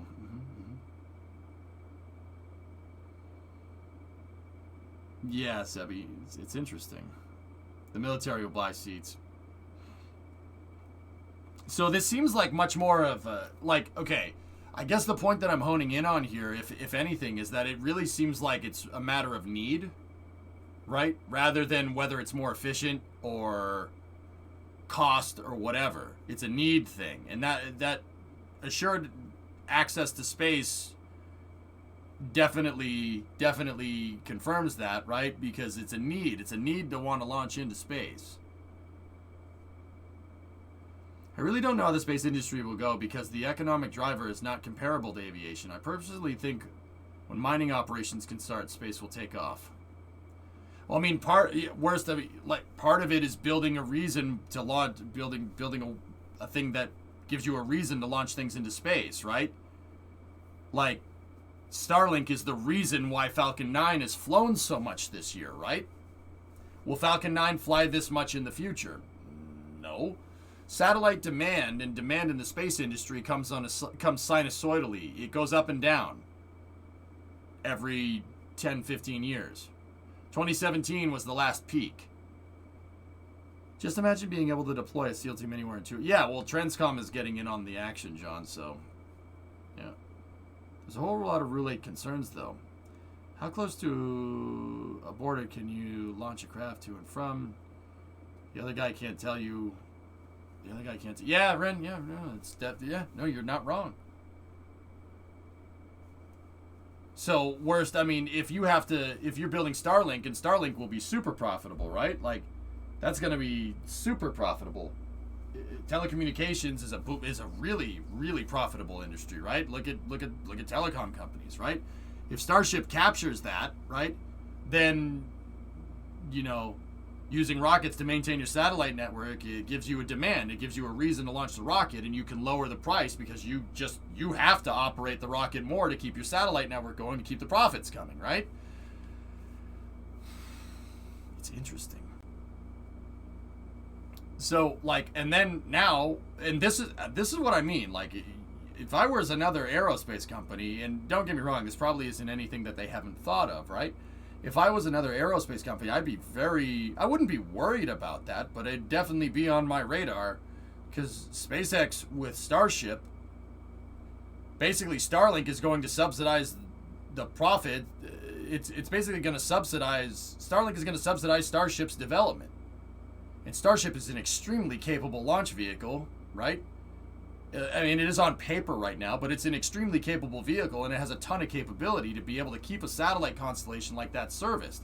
It also has other capabilities, like being able to go to Mars or land on the moon, etc., on-orbit refueling, and all that's subsidized. And all that's subsidized basically by Starlink profits, right?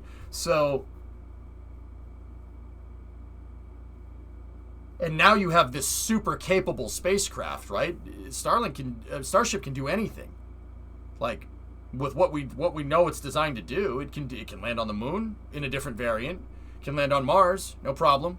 If it can re-enter on Earth, it can land on Mars, no problems, right?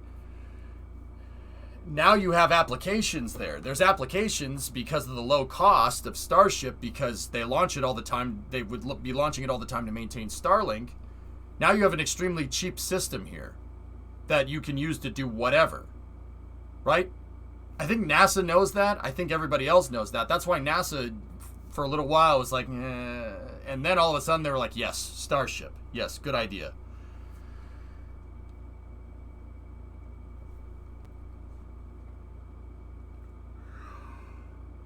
Yeah, Kev.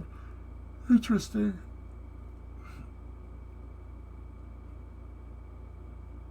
Yeah, just look at Russia right now. They have many satellites in production, and many of them are delayed. That clearly shows in 2020 where they barely had 17 launches. Yep. Yeah, worst. I agree with you. I think the way I'm seeing this, and I'm pretty sure this is not any like hot take or something. This is what everybody knows this, right? But I can't say if it's going to be like the airline industry, but what I can say this, and this is a huge thing with people, with how people see where the space program is going, right? Starlink's going to subsidize Starship's development. Starship is going to be made from the profits from Starlink. It's pretty obvious, right? With that being said, right, SpaceX will be able to drive the cost of launches down all the time, because the profits from Starlink, some of the profits from Starlink will be used to launch Starships into space in mass quantities to keep Starlink operational, right? So, SpaceX will basically have an excuse to develop a vehicle that is insanely capable, that's one of the most capable spacecraft ever, right? One of the most insanely capable spaceships ever designed, like a truly a groundbreaking thing for spaceflight. And they'll be able to launch cheaper than anyone else because of economy of scale to maintain Starlink, right?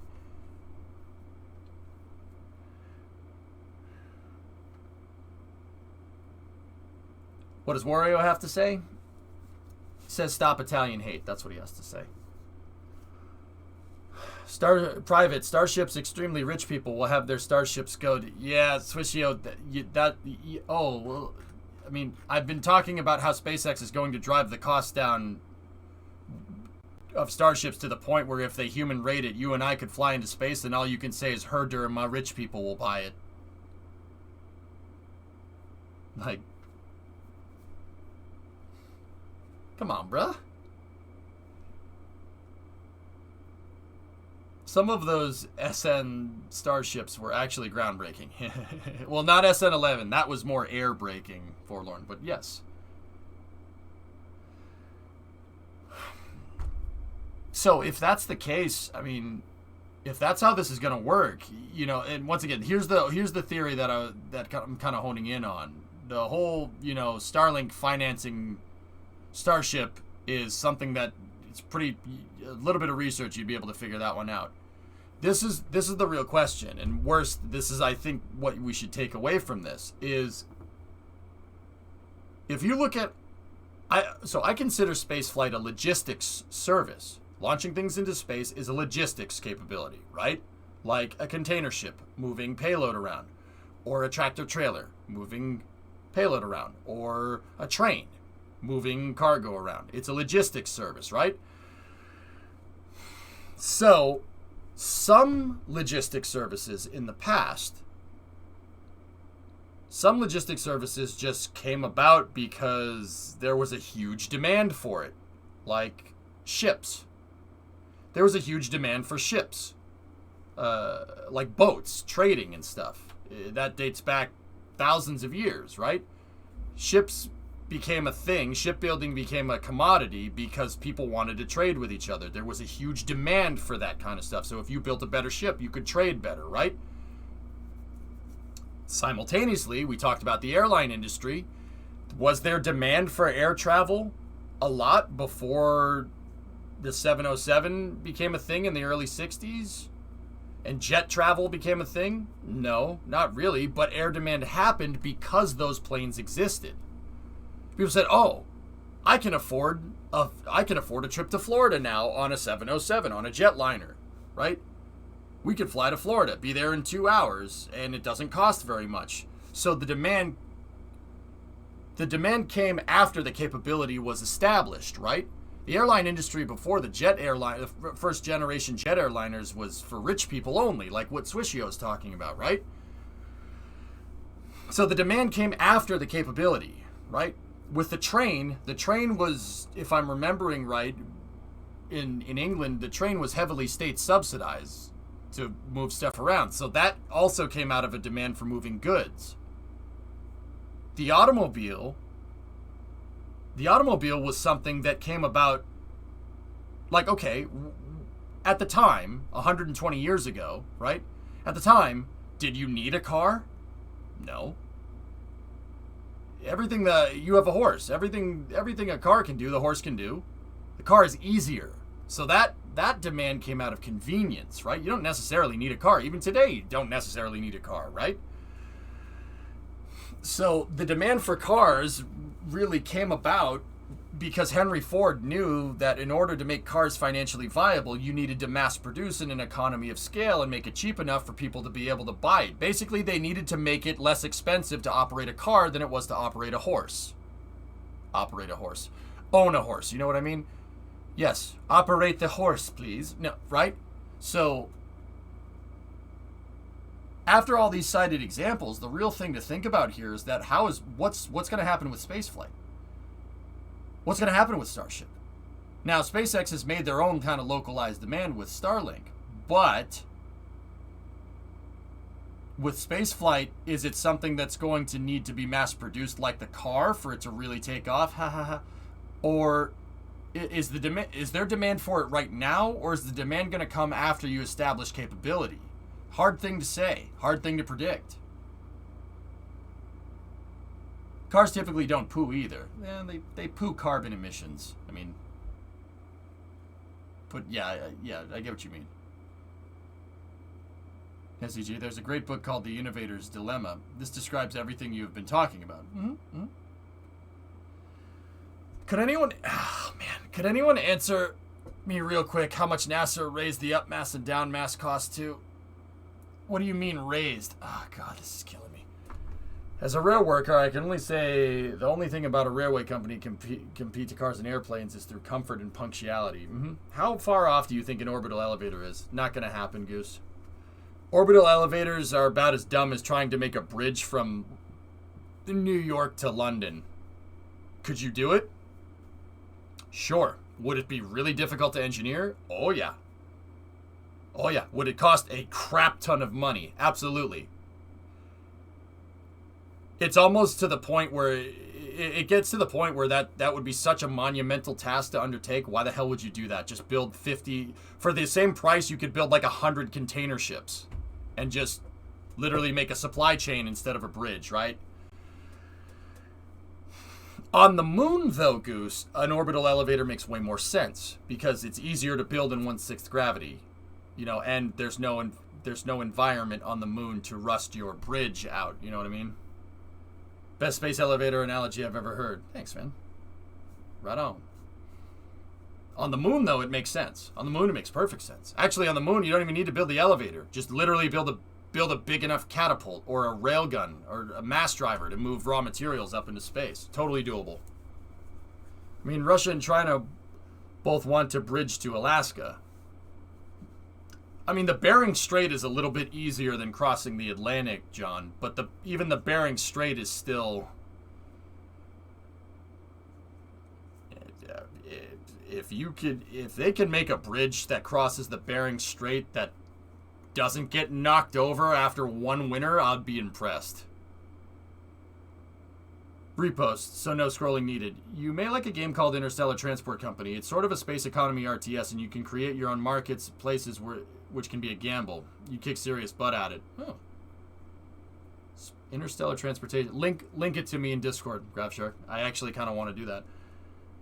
Space elevator doesn't work so well on the moon because it rotates slowly. It can't make it a mobile base station. Yeah, that's true, Max.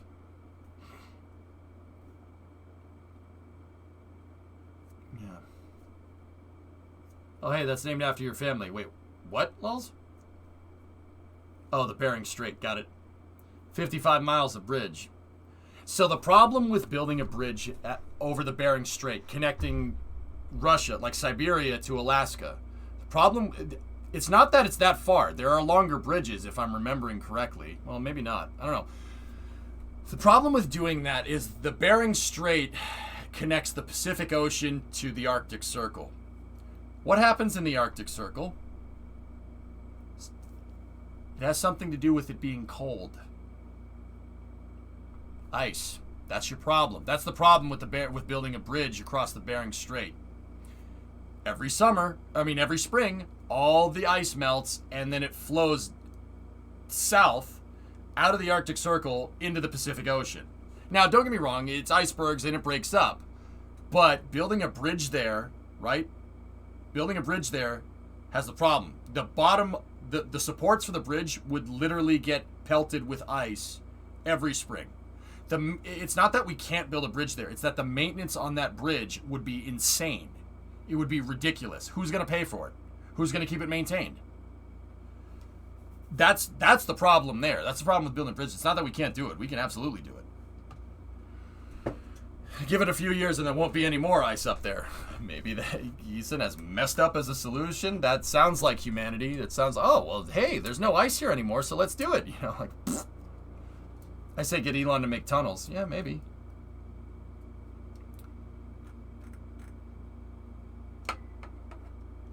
Excuse me, don't you mean the Arctic Ocean? Sure. Floating bridge.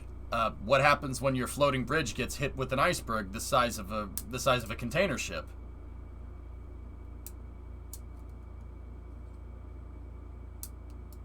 There's nothing up there. It's kind of out of the way. Yeah, but Phil, a trucking route to be able to connect the U.S. and China via road would be tremendously profitable. Actually, that would probably pay for it if, you know, people do that.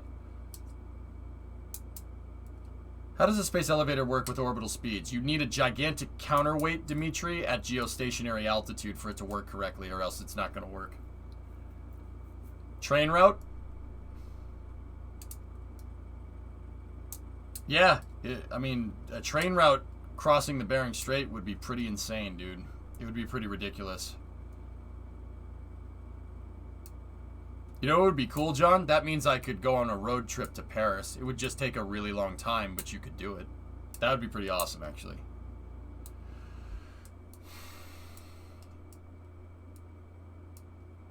I'm saying the road is more challenging than the bridge. No doubt, Phil. No doubt.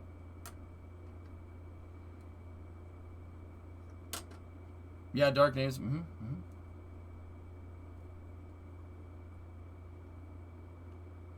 Lifting the grass of red to you. Cheers. Thanks, Tech. I would look at Smirk's link. I saw it, and I didn't even have time to click on it.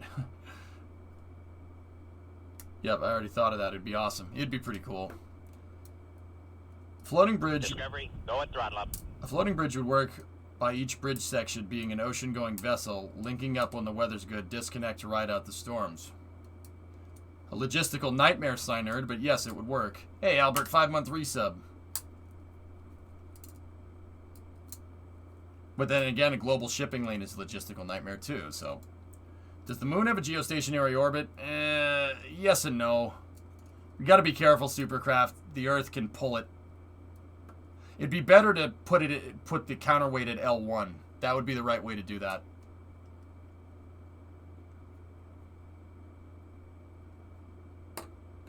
By the time all the ice has gone up there, the Netherlands would be gone as well. I mean, yeah.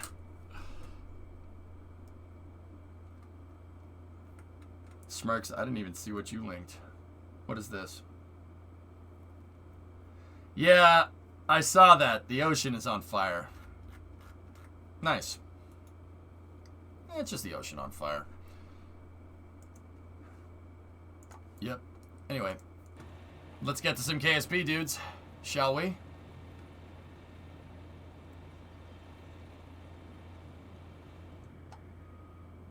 Yeah, train line won't work, Vanguard. That's a good point. That's crazy.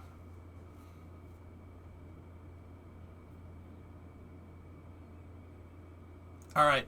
That's awesome. So Super Heavy stacked in the 7 tower segments is up. Have you heard of NIMBY Rails? That's a game, right?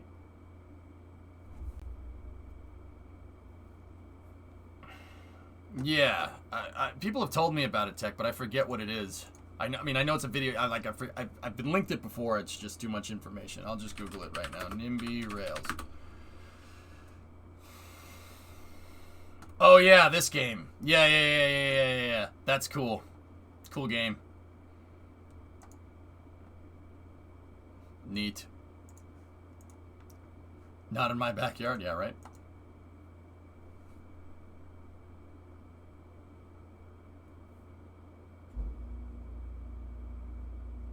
Yeah, Dark Naze, there's also that, but let's just say building a bridge across the Bering Strait is difficult, and we'll just leave it at that. Show what it is. It's a...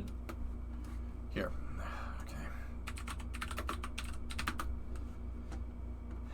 You guys really like making my job harder, don't you? So it's a game, it's a top-down game where you build tracks, which is pretty cool. I think that's London. It's somebody from London.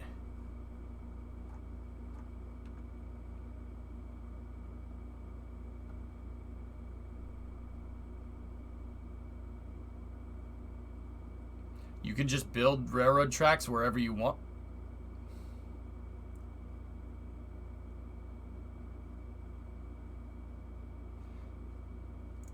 Okay. My dream is that someone will make a Google Earth GTA port. Actually, gameplay, when we were playing Flight Sim when it came out, I was like, what's stopping somebody from using that photogrammetry with that Flight Sim uses and using that with trains? I mean, not even cars, just trains. You could make with photogrammetry, you could make a train simulator that's literally the entire world.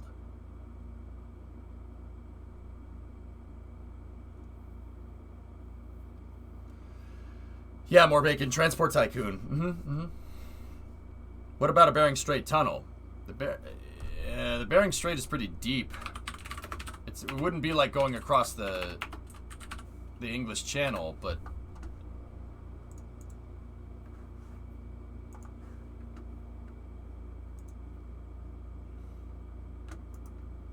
I'm pretty sure this side of it is the west. The Alaska side is way deeper. It's shallow over here, but it'd be tough to make a tunnel right there.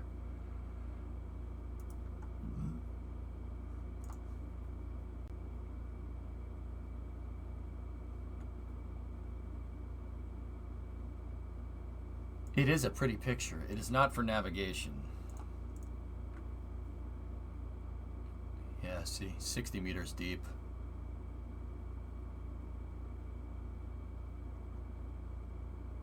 Interesting.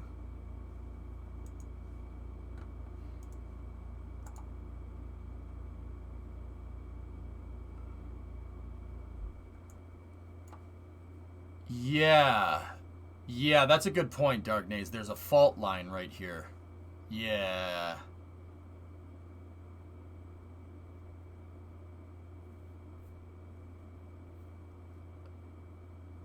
Do you remember the History Channel programs on the transatlantic tunnel thing? One of the proposals was a submerged tunnel with cables. You still run into the same problems, Mason. Ice and currents. Dude, I'm telling you, the current here is insane. Like, every spring, the water goes this way. A lot of it goes this way. Like, you ever seen Deadliest Catch? That's where they go fishing. Like, those huge 40, 50-foot swells. Like, that would be rough for a bridge. That'd be rough for anything. And I get it. You know, it's underwater. Waves still propagate below the surface. That definitely happens. At its deepest point, it's only 90 meters, 300 feet deep. I think the plate tectonics are the game breaker there. If you ask me, a bridge would probably be easier at that point. You would need one hell of a suspension bridge, though.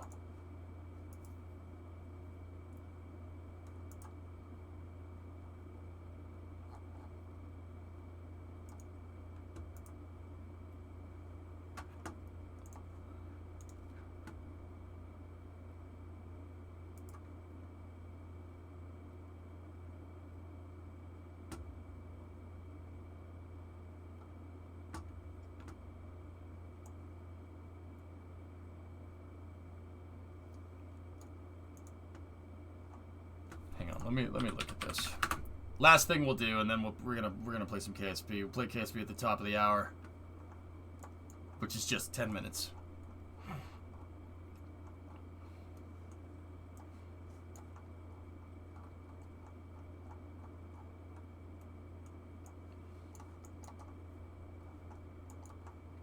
People live here?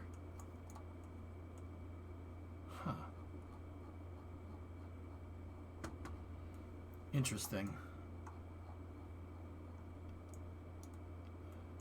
So what are the distances we're talking about here? 25 miles. Yeah, you can't make a suspension bridge that long. It's gotta be, Jason, yeah.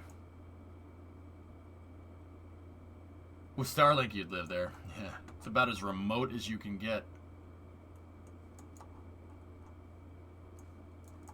Tin City. I wonder why that's named the way that it is. It's probably because there's a lot of iron in the ground over there.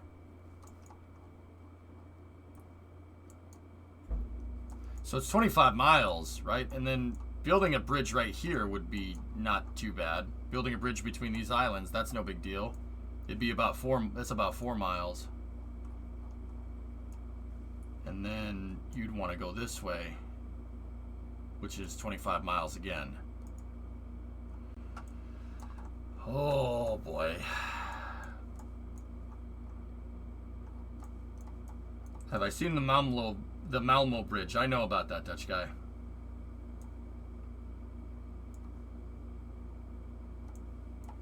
The people there created an airstrip on ice in winter to receive goods on the Diomede Islands. That's cool. What are the orbital parameters of the Starship test flight? I don't know. I don't know, Reagan. I have no idea.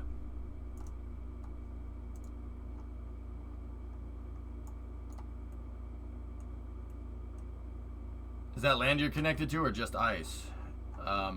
It's just the images have snow on it. I mean, maintaining a road in these conditions is going to suck. And then also there's the Bering Strait, which is just a big pain in the butt.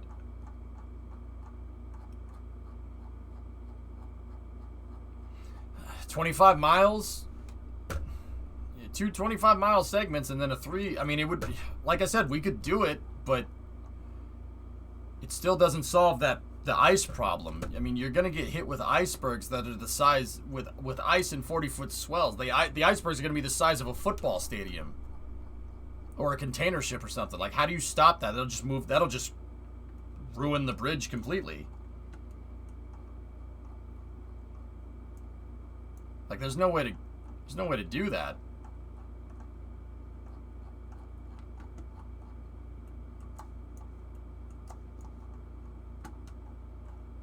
The Soviets proposed building a dam across the strait in the 50s, so it's certainly feasible engineering-wise.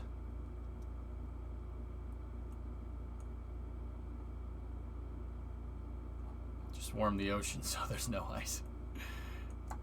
5-head. I mean, Smirks, we're already doing that, so it doesn't matter. Can you imagine a frickin' road? Like I said, like, you'd be able to drive. You could drive anywhere in the world by car. How awesome would it be to do like what Ewan McGregor did? So like start here and then drive to freaking Cape Town